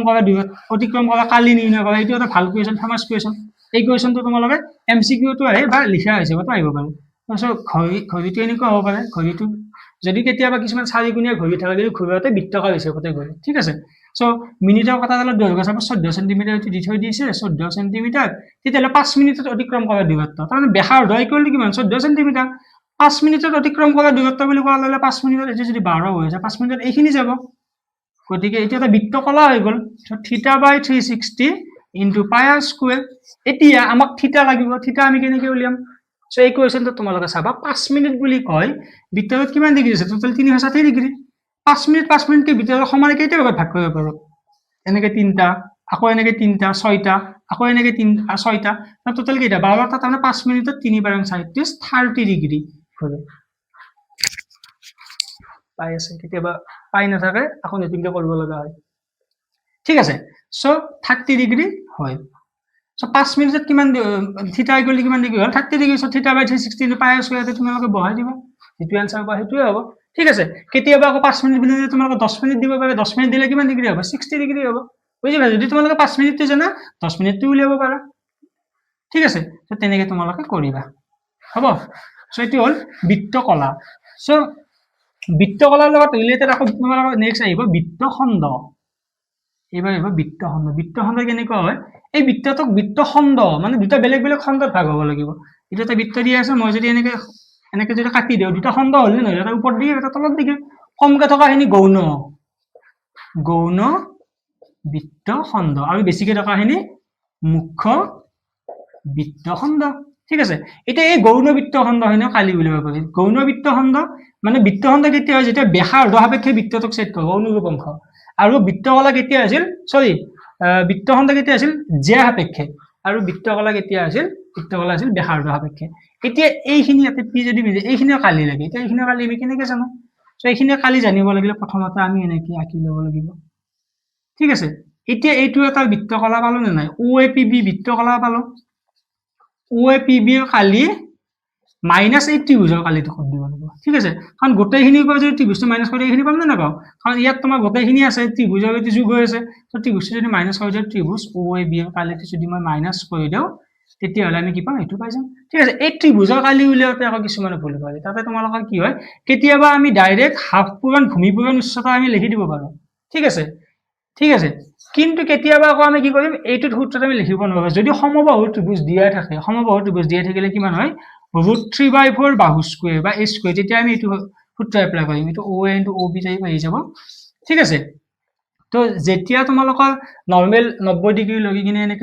এনেকুৱা এটা ইকুৱেশন দিয়া থাকে তেতিয়া তোমালোকে ভূমি পূৰণ উচ্চতা এনেকৈ এপ্লাই কৰিব পাৰা যদি এনেকৈ 60 ডিগ্ৰী দিয়া থাকে সমবাহু ত্ৰিভুজ দিয়া থাকে 60 ডিগ্ৰী দিয়া থাকিলে তোমালোকে এইটো সূত্ৰ এপ্লাই কৰিবা কিন্তু কেতিয়াবা আকৌ ইয়াত তোমালোকৰ কি দিব পাৰে 120 ডিগ্ৰী দিব পাৰে এই কোণটো কিমান ডিগ্ৰী দিব পাৰে 120 ডিগ্ৰী সো এই কোণটো এশ বিশ ডিগ্ৰী হ'লে এই কোণটো 60 নহয় ডেফিনেটলি নহয় সো তেতিয়া তোমালোকে কি কৰিবা তেতিয়া তোমালোকে এইটোত তোমালোকে পাইথাগোৰাছৰ সূত্ৰ এপ্লাই কৰিব নোৱাৰা তাত তোমালোকে কি কৰিবা সৰি তাত তোমালোকে এটা এক্সাম্পলত কুৱেশ্যন কৰাই আছে ভূমি আৰু তেতিয়া তোমালোকে এইটো সূত্ৰ এপ্লাই কৰিবা কিন্তু সেই ও এৰ মানটো ও বিৰ মানটো ভূমি আৰু উচ্চতাৰ মানটো তোমালোকে ট্ৰিগোনোমেট্ৰিক পৰা ল'ব লাগিব সাইন আৰু কস ইউজ কৰি তোমালোকে ভূমি আৰু উচ্চতাৰ মানটো উন্নতিৰ মানটো লৈ তোমালোকে এটা বহাব লাগিব তোমালোকৰ এক্সাম্পল কোনবা এটাত কৰাই আছে আৰু কিতাপত কুৱেশ্যন নম্বৰ 6 নে 7 সেই কুৱেশ্যনটো 120 ডিগ্ৰী দুটাই কুৱেশ্যন দি আছে এটা এক্সাম্পলত দি আছে এটা এক্সাৰসাইজত দি আছে তোমালোকে চাব পাৰা যদি তোমালোকে কোনোবা চোৱাও নাই তেতিয়া তোমালোকে ইমান চিন্তা কৰিব নালাগে বাৰু ঠিক আছে তথাপি একবাৰ চাই থৈ দিয়াটো ভাল ওকে তাৰপিছত এইখিনিয়ে তোমালোকৰ কুৱেশ্যন আছিল তোমালোকৰ কিতাপৰ 12.2 যিকেইটা 1 পৰা 6 লৈ গোটেইকেইটা কুৱেশ্যনে ইম্পৰ্টেণ্ট বাকি পিছৰকেইটা ইম্পৰ্টেণ্ট পিছৰকেইটা এপ্লিকেশ্যন হয় এই ঘৰাই ঘাঁহ হোৱা তেনেকুৱা ৰচি এটা কুৱেশ্যন আছে এইটো কুৱেশ্যন আজিকালি অহা হৈছে আৰু পিছৰ কুৱেশ্যনবিলাক তোমালোকে চাব পাৰা কিন্তু হ'লেও maximum question θ/360 into pi R square ঠিক আছে আৰু এটা কথা ক'ব ৰৈ গ'ল যে যেতিয়া এই বৃত্তটো আমি এনেকৈ পৰিধি উলিয়াম চাপ'জ এনেকৈ দিয়া আছে এই পৰিধিখিনিৰ জোখ কিমান হ'ব এপিবি দিশ কিমান হ'ব এইটো কুৱেশ্যন আহে সো এপিবি দিশ বুলি কোৱাৰ কালি বুলি কোৱাৰ লগে লগে পাই আৰ স্কুৱেৰ দিশ বুলি কোৱাৰ লগে লগে গোটেইখিনি দিশ কিমান টুৱাইছ পাই আৰ কিন্তু ইয়াত গোটেইখিনি আছে নেকি থিতাক লৈ কিনে আছে সো θ/360 ইনটু টুৱাইছ পাই আৰ ঠিক আছে এনেকৈ থাকিব পাৰে বা এনেকৈ থাকিব পাৰে θ/180 পাই আৰ এনেকৈ থাকিব পাৰে আকৌ এনেকুৱা কুৱেশ্যন একদম লাষ্ট কুৱেশ্যনটো আছে এনেকুৱা যে θ/, মানে θ = p দিয়া আছিল নেকি কুৱেশ্যনটোত আৰু r = capital R দিয়া আছে যেলে বৃত্তকলাৰ কালি θ/360 কিন্তু তাত 360 দিয়া আছিল 720 দিয়া আছিল যেটো 360 হ'ব লাগে এনেকুৱা হয় পাই r স্কয়াৰ এটো কাটি দিলে আমি θ/360 ইনটু পাই r স্কয়াৰ পাম মই কি কৈছো তোমালোক ধৰবা পাৰিছা না যদি পাৰা না একদম লাষ্ট কুৱেশ্যন কিতাপৰ হা যেটো 12 পইণ্ট একদম লাষ্ট কুৱেশ্যন সেই লাষ্ট কুৱেশ্যনটো তোমালোক এমসিকিউ এই কুৱেশ্যনটো কেতিয়াবা পৰীক্ষাত আহে তোমালোকে চাব পাৰা ওকে সো আমাৰ বৃত্ত সম্বন্ধীয় কালি শেষ এতিয়া যদি আহো মাজতে 11 নম্বৰ চেপ্টাৰটো এৰি গৈছিল ঠিক আছে সো 11 নম্বৰ চেপ্টাৰটো কি অংকনৰ পৰা তোমালোকৰ 4 নম্বৰ এটা কুৱেশ্যন আহিব ঠিক আছে সো অংকনৰ 4 নম্বৰ কুৱেশ্যনটো তোমালোকে মিছ নকৰিবা সেইটো ভাল কুৱেশ্যন সো এতিয়া এই 4 নম্বৰ কুৱেশ্যনটো কেনেকৈ আহিব পাৰে তাত তোমাৰ দুটা ফৰ্মেট আছে এটা তোমাৰ এনেকুৱা থাকিব পাৰে যে 2/3 আৰু এটা চাবা এনেকুৱা থাকিব পাৰে 5/3 হা সো এইটো কুৱেশ্যন সদায় কি হয় এইটো সদায় একতকে কি সৰু আৰু এইটো একতকে কি ডাঙৰ যেতিয়া এইটো একতকে ডাঙৰ হয় এইটো মেইন যিটো ত্ৰিভুজ আঁকিম এই ত্ৰিভুজটোৰ 3 ভাগত 2 ভাগ মানে এই এবিসি ত্ৰিভুজটো যিটো সদৃশ ত্ৰিভুজ আঁকিম ইয়াতে সৰু হ'ব নে ডাঙৰ হ'ব ডেফিনেটলি সৰু হ'ব 3 ভাগত 2 ভাগ হোৱাৰ লগে লগে মেইন ত্ৰিভুজটোতকে এই কি থাকিব সৰু মানে এনেকুৱা হ'ব ঠিক আছে আমাৰ অংকন পদ্ধতিবিলাক তোমালোকে চাবা ঠিক আছে যাৰ যাৰ ডাউট আছে তোমালোকে এইটো চাবা সো এইটোটা কওঁতে এনেকুৱা হ'ব যদি এনেকুৱাকে থাকে 5/3 বুলি যদি হয় 5/3 হ'লে মেইন ত্ৰিভুজতকে এইটো সৰু হ'ব না ডাঙৰ হ'ব সো ডেফিনেটলি কি হ'ব ডাঙৰ হ'ব সো তেতিয়া হ'লে এইটো ত্ৰিভুজ আমি এনেকৈ কি দিব লাগিব বঢ়াই দিব লাগিব ঠিক আছে সো এনেকুৱা ধৰণৰ হ'ব এতিয়া আমাৰ অংকন প্ৰণালীটো কেনেকুৱা আছিল অকমান চাই লও দিয়াছো তোমালোকৰ এক্সাম্পলত দুটা কুৱেশ্যন দিয়া আছে সেই দুটা কুৱেশ্যনত তোমালোকৰ কোনো ধৰণৰ ত্ৰিভুজৰ যোগ দিয়া নাই হা কোনো ধৰণৰ ত্ৰিভুজৰ যোগ দিয়া নাই মানে তোমালোকৰ কি নিজৰ ইচ্ছামতে ত্ৰিভুজ আঁকিব লাগে কিন্তু যেটো কিতাপত কুৱেশ্যন দি থৈ দিছে কিতাপত কুৱেশ্যন তোমালোকৰ তিনিটা বাহুৰ যোগ দি থৈ দিছে সাপোজ 4 5 6 সেন্টিমিটাৰ তেতিয়া তোমালোকে কি কৰিবা 4 সাপোজ দীঘল সেন্টিমিটাৰ দীঘলটো তোমালোকে ভূমি ললা বিসি সাপোজ 6 সেন্টিমিটাৰ এটা 6 সেন্টিমিটাৰ জুহি কিনে ললা বাকি 4 আৰু 5 দি আছে ইয়াৰ পৰা তোমালোকে এনেকৈ 4 সেন্টিমিটাৰ আঁকিলা ইয়াৰ পৰা 5 সেন্টিমিটাৰ আঁকিলা যোগ কাটি কৰিলে হেতু তোমালোকে ত্ৰিভুজ আঁকিলা এনেকৈ দিয়া আছে সাপোজ 3/2 আঁকিব লাগে তেতিয়া তোমালোকে কি কৰিবা যে মই ৰাফলি কৈ দিছো হা এটো যদি গোটেইখিনি বুজাব লাগে এটা বহুত দীঘল ভিডিও হৈ যাব সো 3/2 হলে তোমালোকে এনেকৈ bx ৰশ্মি আঁকিছিলা bx ৰ পৰা হাইছ নহয় মানে যেটো ডাঙৰ সংখ্যাটো যিমানটা থাকে সিমানটা ঘৰ কৰিব লাগে ইয়াত যেটো তিনিটা আছে গতিকে 1 2 3 তিনিটা ভাগ কৰিম b1 b2 b3 তাৰ পিছত কি কৰিম এই তলৰ সংখ্যাটো c লগত কানেক্ট কৰি দিম c b3 সংযোগ কৰি দিম দেন ইয়াত যেটো 2 আছে b2 বা c b3 সমান্তৰাল ৰেখা আঁকিম সো এই জালা এনেকৈ জুখি লম এনেকৈ দিম এইখিনি জুখিলে এতে বহাই দিম সো এনেকৈ হ'ব সমান্তৰাল ৰেখা ঠিক আছে সমান্তৰাল ৰেখাৰ লগত কাটি কৰি c ডেশ তোমালোকে সমান্তৰাল ৰেখা এনেকৈ দেখাত হ'বই লাগিব ঠিক আছে তোমালোকে কটা কম্পাস ইউজ কৰিবা যদি টাইমৰ কিবা অসুবিধা হয় তোমালোকে সমান্তৰাল হয় নে নহয় অকমান নিজে গেছ কৰি কিনে হলে চাবা ঠিক আছে হ'ব দেন c ডেশৰ পৰা তোমালোকে কৰিবা ac সমান্তৰাল ৰেখা আঁকিব লাগিব ইয়াৰ পৰা এনেকৈ বৃত্তৰ চাপ দিবা এনেকৈ বৃত্তৰ চাপ দিবা এই চাপটো জুখিবা এনেকৈ দিবা দিয়াৰ লগে লগে এনেকুৱা হৈ যাব সো এইটোৱে হ'ব ইয়াত a ডেশ কাটি কৰিছে সো a ডেশ b c ডেশে হ'ব আঁকিবলগীয়া ত্ৰিভুজ ঠিক আছে এটো কেতিয়া হয় যেতিয়া less than 1 হয় মানে একতকৈ সৰু হয় আকৌ যেতিয়া এনেকুৱা ত্ৰিভুজ তেতিয়া কেনেকৈ আঁকিবা তেনেকৈ ত্ৰিভুজটো প্ৰথমতে আঁকি ল'লা এতিয়া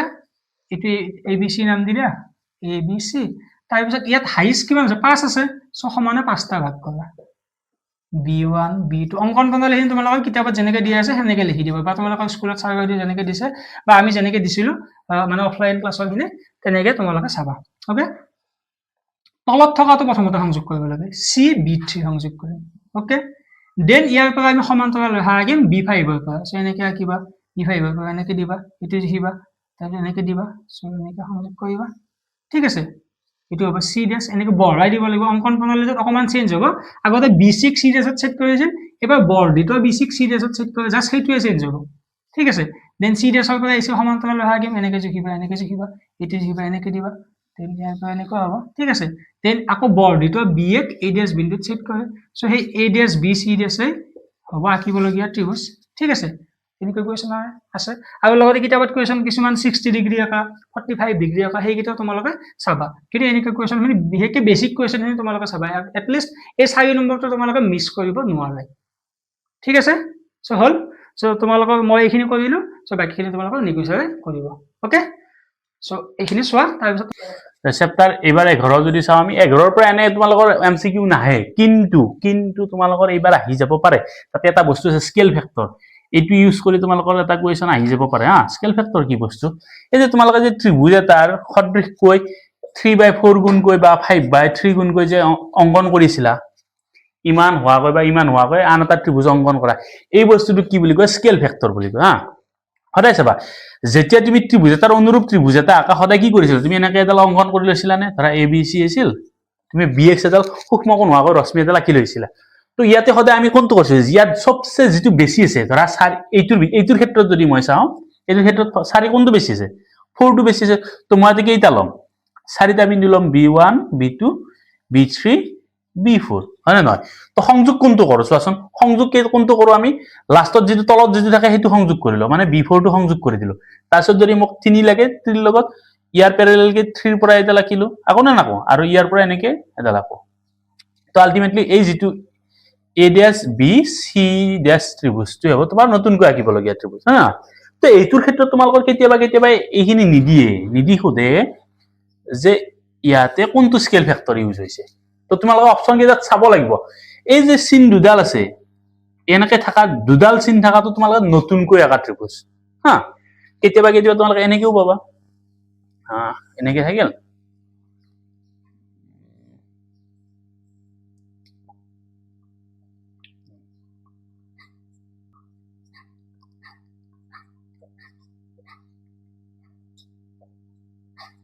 এনেকেও থাকিব পাৰে তো তোমালোকৰ এই দুডাল ক্রস থাকাটো তুমি চাই কিনে ক'ব লাগিব যে কোনটো নতুনকৈ থাকা ত্ৰিভুজ যদি দুডাল ক্ৰস আছে তেন্তে তুমি গম পাবা সেই ত্ৰিভুজটো নতুনকৈ আঁকা তাৰ মানে তুমি এইটো ত্ৰিভুজ নতুনকৈ আঁকিছা আৰু ইয়াত দুডাল ক্ৰস আছে মানে কোনটো ডাঙৰ ত্ৰিভুজটো তুমি নতুনকৈ আঁকিছা ঠিক আছে এতিয়া নতুনকৈ এইটোৰ ক্ষেত্ৰত চোৱাচোন এইটোৰ ক্ষেত্ৰত নতুনকৈ আঁকা ত্ৰিভুজটো আগতকৈ সৰু হৈছে নে ডাঙৰ হৈছে যেটো আগতে আছিল এইটো নতুনকৈ আঁকিলে তুমি এডাল দিছা মানে কি এইটো নতুনকৈ আঁকিছা তো ডাঙৰ আগৰটোতকৈ কি হল সৰু হল যদি আগৰটোতকৈ সৰু হয় সদায় এনেকুৱা টাইপ ভগ্নাংশ হ'ব মানে যেটো আমি কি ভগ্নাংশ বুলি কওঁ প্ৰকৃত ভগ্নাংশ মানে তলৰটো সদায় কি থাকে ডাঙৰ থাকে অলপমান ওপৰৰটো অলপ কি হৈ থাকে সৰু হৈ থাকে কিন্তু যদি এনেকুৱা পোৱা যে নতুনকৈ আঁকা ত্ৰিভুজটো কি হৈছে ডাঙৰ হৈছে তেন্তে তোমাৰ সদায় কি হ'ব ওপৰৰটো সদায় কি হ'ব ডাঙৰ হ'ব তো এই বস্তুটো তোমালোকে গুৰুত্ব দি কিনে স্কেল ফেক্টৰটো ইউজ কৰি কিনে আঁকিবা তোমালোকৰ টেষ্ট পেপাৰ যদি তোমালোকে ফলো কৰিছা তাতে কোৱেশ্চন 3টা মান পাইছা তো এই বস্তুকিটা ইউজ কৰি কিনে আঁকিবা আৰু কেতিয়াবা এই বস্তুটোৰ ওপৰতো আহে চাবাচোন তোমাৰ ইফালে বেছি আছে নে ইফালে বেছি আছে কোৱাচোন তো নিশ্চয় কোনফালে বেছি আছে ইখিনিত বেছি আছে তো ইখিনিত যদি বেছি আছে তো সেই হিচাপতো তোমালোকে চাব পাৰা তাতে কোৱেশ্চন অপচন কিটা যিকিটা আছে সেই কিটাৰ ওপৰত বেস কৰি কিনে হ'ব যদি বলে এনেকুৱাকে থাকিল 2/4 3/4 আৰু ধৰা 5/4 এটো অপচন আছে ধৰা এইটোৰ ক্ষেত্ৰত কোনটো অপচন হ'ব পাৰে কোৱাচোন 2/4 হলে সো 4টা ভাগ আছিল তাৰে দুটা ভাগ লৈছা তো 4টা ভাগ দুটা ভাগ লইলে দুইফালে কি থাকিব লাগিব সমান থাকিব তো এইটো হ'ব নেকি কোৱেশ্চন এইটো নহয় 5টো নহয় কাৰণ ডাঙৰ হৈছে নেকি বস্তু ডাঙৰ না আগৰটো বস্তু কি হৈছে সৰু হৈছে তো এইটো ডাইৰেক্টলি ক্ৰস তাৰ মানে অপচনটো কোনটো হ'ব 3/4 চোৱাচোন ইফালে 3 ভাগ আছে ইফালে 1 ভাগ আছে তো এনেকুৱা বস্তু গিলান মেথড গিলান তোমাক ইউজ কৰি কিনে এইটোৰ ওপৰত কোৱেশ্চনটো সলভ কৰিব লাগিব তাৰ পিছত তোমালোকৰ আহিল চেপ্টাৰ নম্বৰ 30 আয়তন আৰু পৃষ্ঠকালি তো পৃষ্ঠকালিৰ আয়তনৰ কুৱেশ্যন কি তোমালোকে তাতে বেছিভাগ কুৱেশ্যন তোমালোকে এক্সাৰচাইজ আৰু তোমালোকে উদাহৰণৰ পৰা চাবা হা তাতে তোমালোকে উদাহৰণত আছে কিবা পুতলাৰ এটা অংক আছে তো সেনেকুৱা কুৱেশ্যনটো চাবা তাৰপিছত এক্সাৰচাইজৰ যিটো দুটা ঘনক মূৰে মূৰে জোৰা লগাই যে সেনেকুৱা এটা কুৱেশ্যন পাব পাৰা তোমালোকে এনেকুৱা ইয়াতে কেৱল এল বা বিটো কোনোবা এটা চেঞ্জ হ'ব তোমালোকৰ হা যিকোনো এটা চেঞ্জ কৰি ল'বা ওপৰৰ ফালে দিলে এইচটো চেঞ্জ হ'ব বাকী দুটা একে থাকিব মানে দুটা একে থাকিব এটা বাঢ়িব তাৰপিছত তোমালোকৰ পুতলাৰ অংকটো চালা তাৰপিছত তোমালোকৰ কি পাবা কেপচুলৰ অংকটো চাবা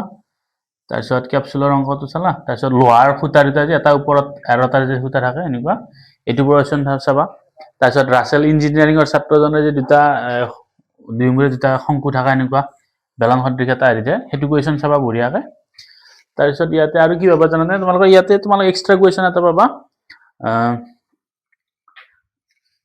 এক্সট্ৰা কুৱেশ্যন কেনেকুৱা হ'ব পাৰে যে ধৰা দুটা শংকুৰ ধৰা h1 আৰু h2 দিয়া আছে বাই অনুপাতটো দিয়া আছে তোমালোকৰ কিবা দিয়া সামথিং দিয়া আছে তো r1 বাই r2 খুদিব পাৰে তো এনেকুৱা কুৱেশ্যন পাব পাৰা বা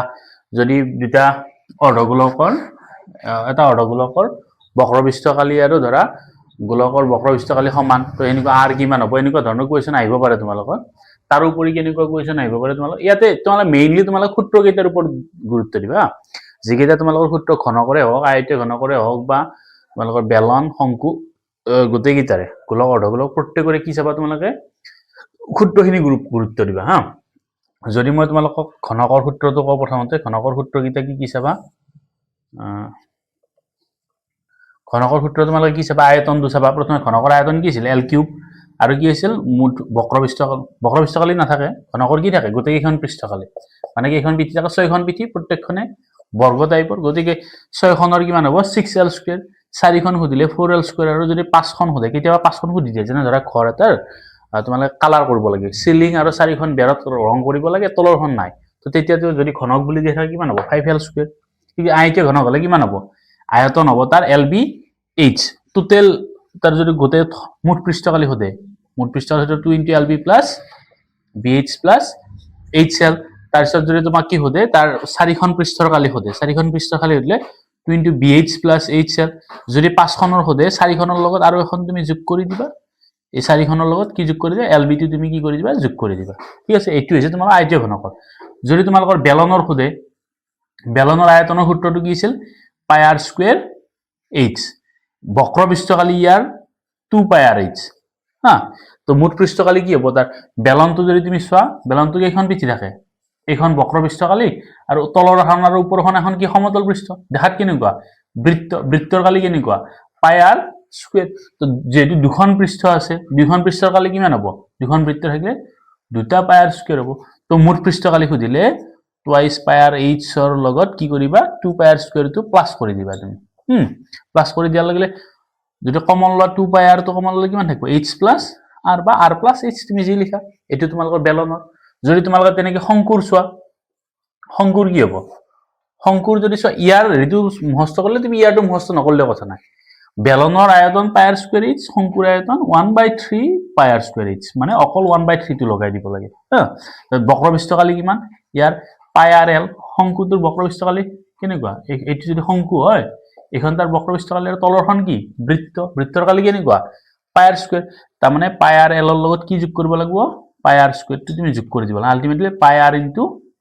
l + r বা r + l এটো ইয়াতে তোমাৰ l ৰ সূত্ৰটো লাগে l ৰ সূত্ৰটো কি আছিল √r² + h স্কয়াৰ এইটো ইউজ কৰা এটাই তোমালোকৰ কোৱেশ্চন আছে এটা এক নম্বৰী কোৱেশ্চন হিচাপতে হ'ব পাৰে ধৰা তোমাক r আৰু h দিয়া আছে l উলিয়াব দিব পাৰে শংকুৰ ক্ষেত্ৰত তো এনেকুৱা কোৱেশ্চন তুমি এক নম্বৰী কোৱেশ্চন পাব পাৰা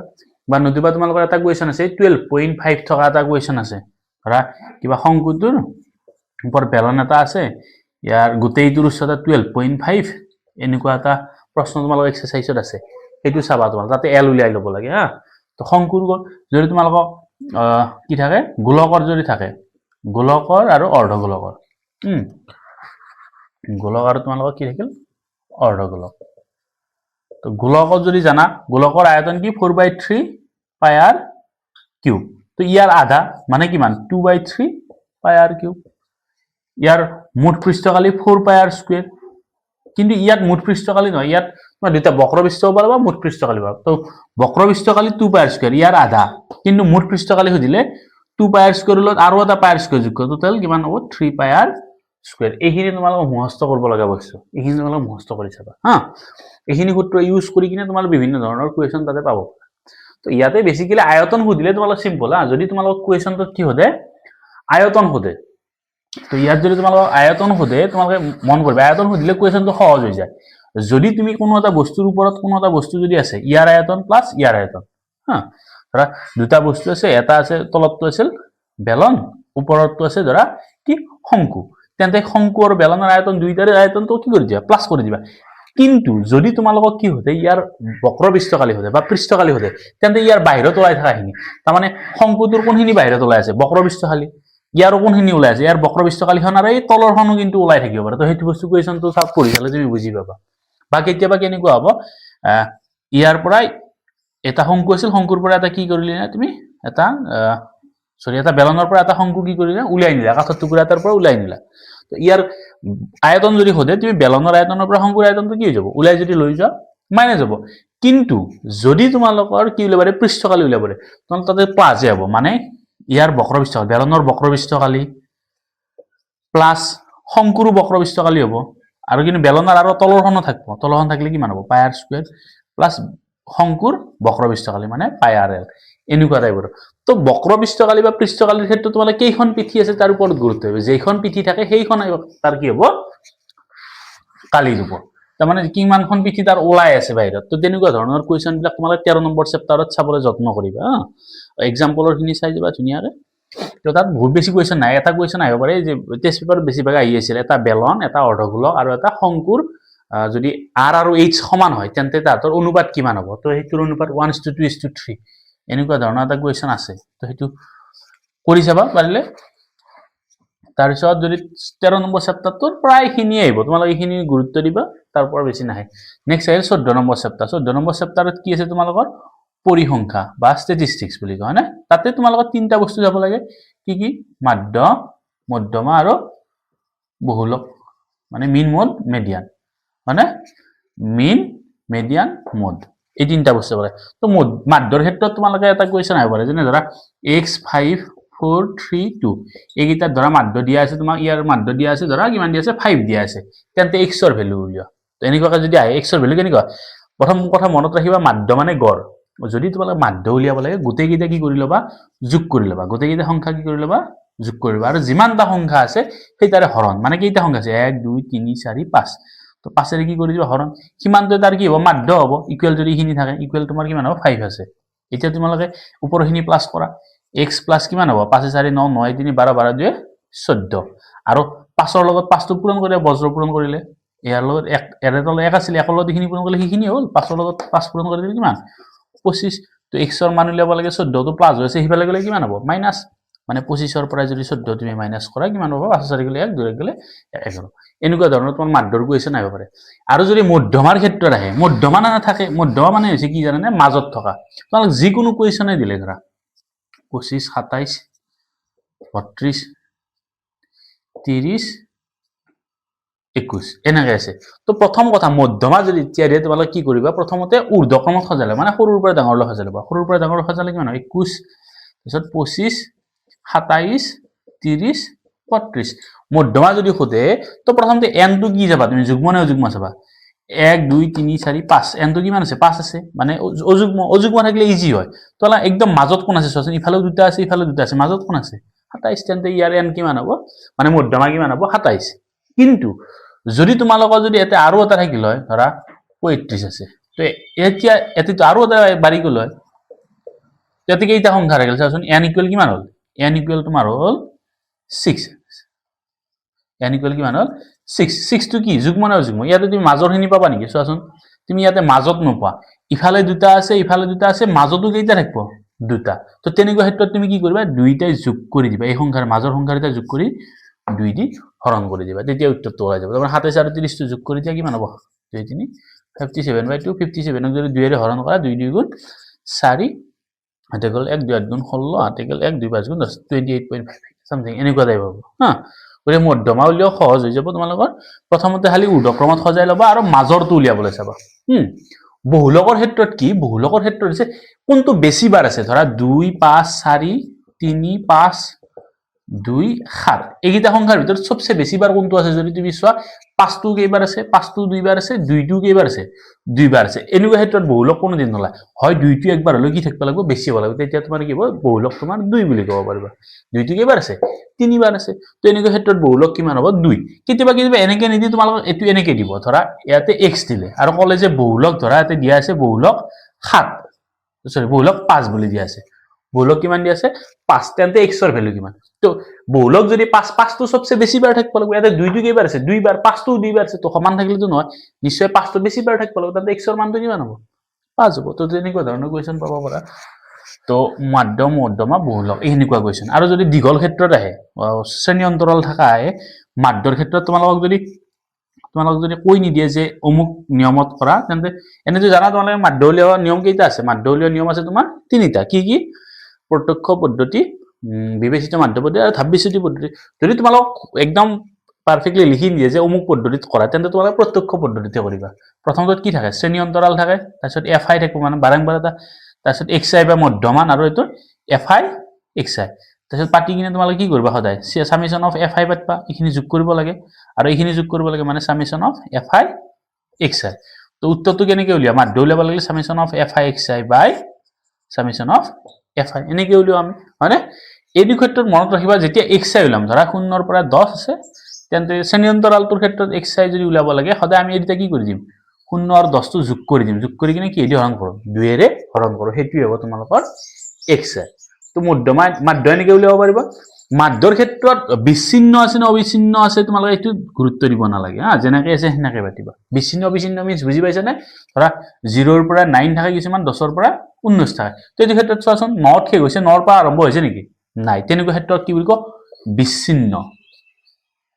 আৰু যদি এনেকুৱা হয় 0 ৰ পৰা 10 10 ৰ পৰা 20 যত শেষ হৈছে তাতে আৰম্ভ হৈছে এইটো কি বুলি ক অবিচ্ছিন্ন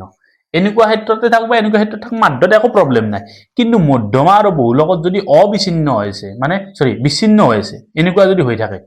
সিঙি আছে ধৰা বিচ্ছিন্ন মানে কি সিঙি থাকা 9 শেষ হৈছে 10 ৰ পৰা আৰম্ভ হৈছে আকৌ যদি এনেকে থাকে তো তুমি কি কৰি ল'ব লাগিব অবিচ্ছিন্ন বনাই ল'ব লাগিব অবিচ্ছিন্ন কেনেকৈ বনাই মই শিকাই দিছিলো এইটো 0.5 আগুৱাই এইটো 0.5 পিছুৱাই তো এইটো এনেকুৱা এইটো 0.5 আগুৱাই এইটো 0.5 পিছুৱাই তেনেকৈ বনাই ল'ব লাগিব এইটো কিহৰ ক্ষেত্ৰত অনলি ফৰ মধ্যমা এণ্ড বহুলক তো মধ্যমাত যদি কথাটো কওঁ মধ্যমাত কেইটা ভাগ থাকে মধ্যমাত তোমাৰ তালিকাখনত তিনিটা ভাগ থাকে কি থাকে শ্ৰেণী অন্তৰাল fi মানে বাৰংবাৰতা আৰু cfi মানে সঞ্চয় বাৰংবাৰতা তো এনেকৈ থাকে হয়নে এইটোৰ ক্ষেত্ৰত তোমালোকে ইয়াতে কি পাবা n পাবা এইখিনি যিখিনি লাষ্টত যেটো পাবা এইখিনি যোগ কৰিলে যিখিনি পোৱা হেতুক আমি কি বুলি কওঁ n বুলি কওঁ আৰু সদায় n/2 উলাই ল'ব লাগে n/2 টো শ্ৰেণী অন্তৰাল ক'ত চাব লাগে তোমালোকৰ cf ত চাব লাগে হেনেকে আমি কি উলাও মধ্যমা থকা শ্ৰেণী অন্তৰাল উলাও তো ইয়াৰ ফৰ্মুলাটো চোৱা ইয়াৰ ফৰ্মুলাটো কি l + n/2 - cf/f * h এটো তোমালোকৰ মধ্যমা উলিওৱা সূত্ৰ তো ইয়াতে চাবা ইয়াতে এটা কোৱেশ্চন আছে তোমালোকৰ অনুসৰণে x আৰু y এৰ মান উলিওৱা নেকি তেনেকুৱা ধৰণৰ এটা আছে এটো চাই যাবা আৰু এটা কোৱেশ্চন আছে যেটো তোমালোকৰ cfi টো দিয়া আছে fi টো দিয়া নাই হেনেকুৱা কোৱেশ্চনটো চাই যাবা ভালকৈ তাৰ পিছত তোমালোকৰ কি আছে বহুলক আছে বহুলকটো কেনেকুৱা বহুলকটোৰ কথা যদি কওঁ আমি বহুলকটো তোমাৰ সূত্ৰ আছিল l + f1 - f0 by twice f1 - f0 - f2 into h এটো আছিল তোমালোকৰ অৰিজিনাল বহুলকৰ ফৰ্মুলা যেটা ক্লাছ ইন্টাৰভেল বা শ্ৰেণী অন্তৰাল তোমালোকক দিয়া থাকে তো এনেকুৱা সূত্ৰ বা মনত ৰাখিবা বহুলকত এনে তোমালোকৰ কি নালাগে তালিকা নালাগে তালিকা একদমই প্ৰয়োজন নাই কিন্তু যদি তোমালোকৰ ইন কেস হেতু বিচ্ছিন্ন হৈ আছে তুমি অবিচ্ছিন্ন বনাবলৈ এখন কি বনাব লাগিব তালিকা বনাই ল'ব লাগিব তো হেতু মনত ৰাখিবা তো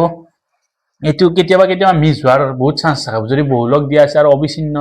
নিদি কিনে বিচ্ছিন্ন দিয়া আছে তেতিয়া তোমালোকৰ পটককে কোনবা এনেকৈ পাতি দিব সূত্ৰটোত তো ভুল হৈ যাব প্ৰথমতে অবিচ্ছিন্ন বনাই ল'ব লাগিব মাষ্ট মনত ৰাখিবা আৰু এটা সূত্ৰ আছে 3 মধ্যমা = বহুলক প্লাস 2 মাধ্য তো ইয়াৰ পৰা এটা কোৱেশ্চন তোমালোকে পাব পাৰা ইয়াৰ পৰা এটো তোমালোক সূত্ৰ এটো সূত্ৰৰ পৰা এটা কোৱেশ্চন 1 নম্বৰি পাব পাৰা ধৰা মধ্যমা দিয়া আছে বা বহুলক দিয়া আছে মাধ্য উলিয়াব দিছে তো তেনেকুৱা পাব পাৰা বা নতুবা এনেকৈ দিব পাৰে ইয়াৰ ভিতৰত উল্টা পাল্টাকৈ দিব এইকিটা কোৱাত 3 মাধ্য ইজিকেল বহুলক প্লাছ 3 মধ্যমা এনেকৈ দিব তো কোনটো শুদ্ধ বাছি উলিয়াব দিব পাৰে তো ইয়াৰ ক্ষেত্ৰত এইটো তোমালোকে সূত্ৰটো মুখস্থ কৰি থৈ দিবা হা তো এইখিনি তোমালোকৰ চেপ্টাৰ নম্বৰ 14 বা পৰিসংখ্যা গ'ল হা লাষ্ট আহিল তোমালোকৰ কি 15 নম্বৰ চেপ্টাৰ 15 নম্বৰ চেপ্টাৰটো তোমালোকৰ কি আছে সম্ভাৱিতা আছে সম্ভাৱিতা বা প্ৰবেবিলিটি তোমালোকৰ টান কুৱেশ্যন নাই হা তুমি যদি লক্ষ্য কৰা তাত তাছপাতৰ অংকখিনি চাব লাগিব তুমি তাছপাতৰ ভিডিঅ' এটা মই বনোৱা আছে তাছপাতৰ সেই ভিডিঅ'টো যদি তোমালোকে চাই যোৱা তেন্তে তোমালোকৰ গোটেইখিনি কনচেপ্ট ক্লিয়াৰ হৈ যাব কুৱেশ্যন যিকোনো কুৱেশ্যনে পাৰিবা তাৰপিছত আৰু চাব লগা ভিতৰত থাকিলে তোমালোকৰ এই সবিতা আৰু হামিদা বুলি এটা এক্সাৰচাইজত নহয় এইটো এক্সাম্পলত আছে হা উদাহৰণত আছে সিহঁতৰ কি একে জন্মদিন হোৱাৰ আৰু একে জন্মদিন নোহোৱাৰ সম্ভাৱিতা হয় মনত ৰাখিবা যদি এটা বছৰত দুজন মানুহৰ একে জন্মদিন হ'ব লাগে কেইদিন হ'ব একদিন তো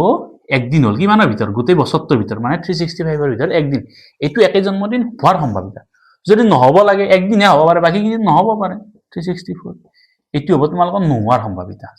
এইটো কিন্তু লিপ ইয়েৰৰ কাৰণে নহয় দেই যদি লিপ ইয়েৰ সোধে তোমালোকে টোটেল কেইদিন হ'ব 366 দিন হ'ব আৰু এইটোত একদিন বাঢ়ি যাব তেতিয়া 365 দিন হ'ব কাৰণ একদিন হৈ গ'ল বাকি 365 দিনে নহব পাৰে এইটো লিপ ইয়েৰৰ কাৰণে হা তাৰপিছত আৰু এটা লিপ ইয়েৰৰ কুৱেশ্যন আছে তোমালোকৰ কামৰূপ ৰুৰেলৰ যিখন টেষ্ট পেপাৰ আছিল তাতে আছে আমি ভিডিঅ' বনাইছোৱে যে লিপ ইয়েৰৰ যে সানডে বা মনডে থকাৰ প্ৰবেবিলিটি সেইটো তোমালোকৰ কুৱেশ্যনটো চাই যাবা ধুনীয়াকৈ পাৰিবা আৰু কি আছে এই সম্ভাৱিতা ইমান টান কুৱেশ্যন তোমালোকে নোপোৱা আৰু এটা বস্তু চাবা কিন্তু দেই হা সম্ভাৱিতা কোনোদিন কি হ'ব নোৱাৰে শূন্যতকৈ কি হ'ব নোৱাৰে সৰু হ'ব নোৱাৰে মানে মাইনাছত কোনোদিন নাথাকে সদায় শূন্যতকৈ ডাঙৰ হ'ব লাগিব আৰু একতকৈ কি হ'ব লাগিব সদায় সৰু হ'ব লাগিব বা সমান হ'ব পাৰে একতকৈ কোনোদিন ডাঙৰ হ'ব নোৱাৰে ধৰা 1.0001 হ'ব নোৱাৰে হা আকৌ ভগ্নাংশৰ ক্ষেত্ৰত চাবা তলৰটো যদি ডাঙৰ থাকে যিমানে নাথাকক তলৰটো যদি থাকে ডাঙৰ থাকে তেতিয়া সম্ভাৱিতা হ'ব পাৰে হৰটো চোৱাচোন হৰটো ডাঙৰ আছে নাই লবতকৈ তেতিয়া সম্ভাৱিতা হ'ব পাৰে আদাৰৱাইজ যদি এনেকৈ থাকিল হয় 5/3 এনেকৈ কিন্তু কোনোদিন সম্ভাৱিতা হ'ব নোৱাৰে ওপৰটো ডাঙৰ হ'লে সম্ভাৱিতা নহয় হা কেতিয়াবা পাৰ্চেণ্টত থাকে 15% মানে কি 50% হ'লে তলত কি 100 যায় আল্টিমেটলি কি হ'ব ভগ্নাংশৰ তলৰটো ডাঙৰ হৈ গ'ল তলৰটো ডাঙৰ হ'লে হ'ব পাৰে নে নোৱাৰে পাৰে তো এনেকুৱা ধৰণৰ কুৱেশ্যন তোমালোকে পাব পাৰা তাৰপিছত নিশ্চিত ঘটনা আৰু অসম্ভৱ ঘটনা এইটো তোমালোকে পাই আহিছা নিশ্চিত ঘটনা সম্ভাৱিতা সদায় কিমান সম্ভাৱিতা 1 আৰু অসম্ভৱ ঘটনা সম্ভাৱিতা সদায় 0 তো তেনেকুৱা কুৱেশ্যন পাব পাৰা আৰু তোমালোকে ইয়াতে বহুত বেছি টাফ কুৱেশ্যন নোপোৱা সম্ভাৱিতাৰ এইখিনি তোমালোকে যদি ভালকৈ চাই যোৱা সহজে পাবা হা আশা কৰোঁ তোমালোকে এইখিনি বুজি পাবা আৰু এটা বস্তু আছে যে মুদ্ৰা আৰু এই কি বুলি কয় লুডুগুটিৰ কথা মুদ্ৰাৰ ক্ষেত্ৰত তোমালোকে কি চাবা এটা মুদ্ৰা যদি টছ কৰা ফলাফল কেইটা পায় দুটা মানে হেড বা টেল হয় নে নহয় যদি দুটা মুদ্ৰা বা এটা মুদ্ৰাই দুইবাৰ একে বস্তু এনেকুৱা ক্ষেত্ৰত তোমালোকে টোটেল কেইটা পাবা চাবা এই দুইটো আহে এই তলত এটা মুদ্ৰা যেটো দুটা ফলাফল এই দুইটো তলত আহে কেইটা মুদ্ৰা কিমান বাৰ কৰিছা দুইবাৰ কৰিছা বা দুটা মুদ্ৰা এইটো ওপৰত মানে কি মানে 2 স্কয়াৰ মানে কিমানটা চাৰিটা ফলাফল পাবা চাৰিটা ফলাফল কি হ'ব পাৰে যে HH HT TH আৰু TT মানে হেড টেল এনেকুৱা চাৰিটা পাব পাৰা যদি তোমালোক তিনিটা মুদ্ৰা দিয়ে বা এটা মুদ্ৰাই তিনিবাৰ টছ দিয়ে তো এইটো দুইটো তলত থাকিল তিনিটা কৰাৰ কাৰণে 2 কিউব মানে কিমানটা 8টা ফলাফলটো বঢ়িয়াকৈ লিখি ল'বা প্ৰথমতে হেড তিনিটা হেড হয়নে নহয় তাৰপিছত দুটা হেড থকা যিমান কিটা আছে লিখা হেড টেল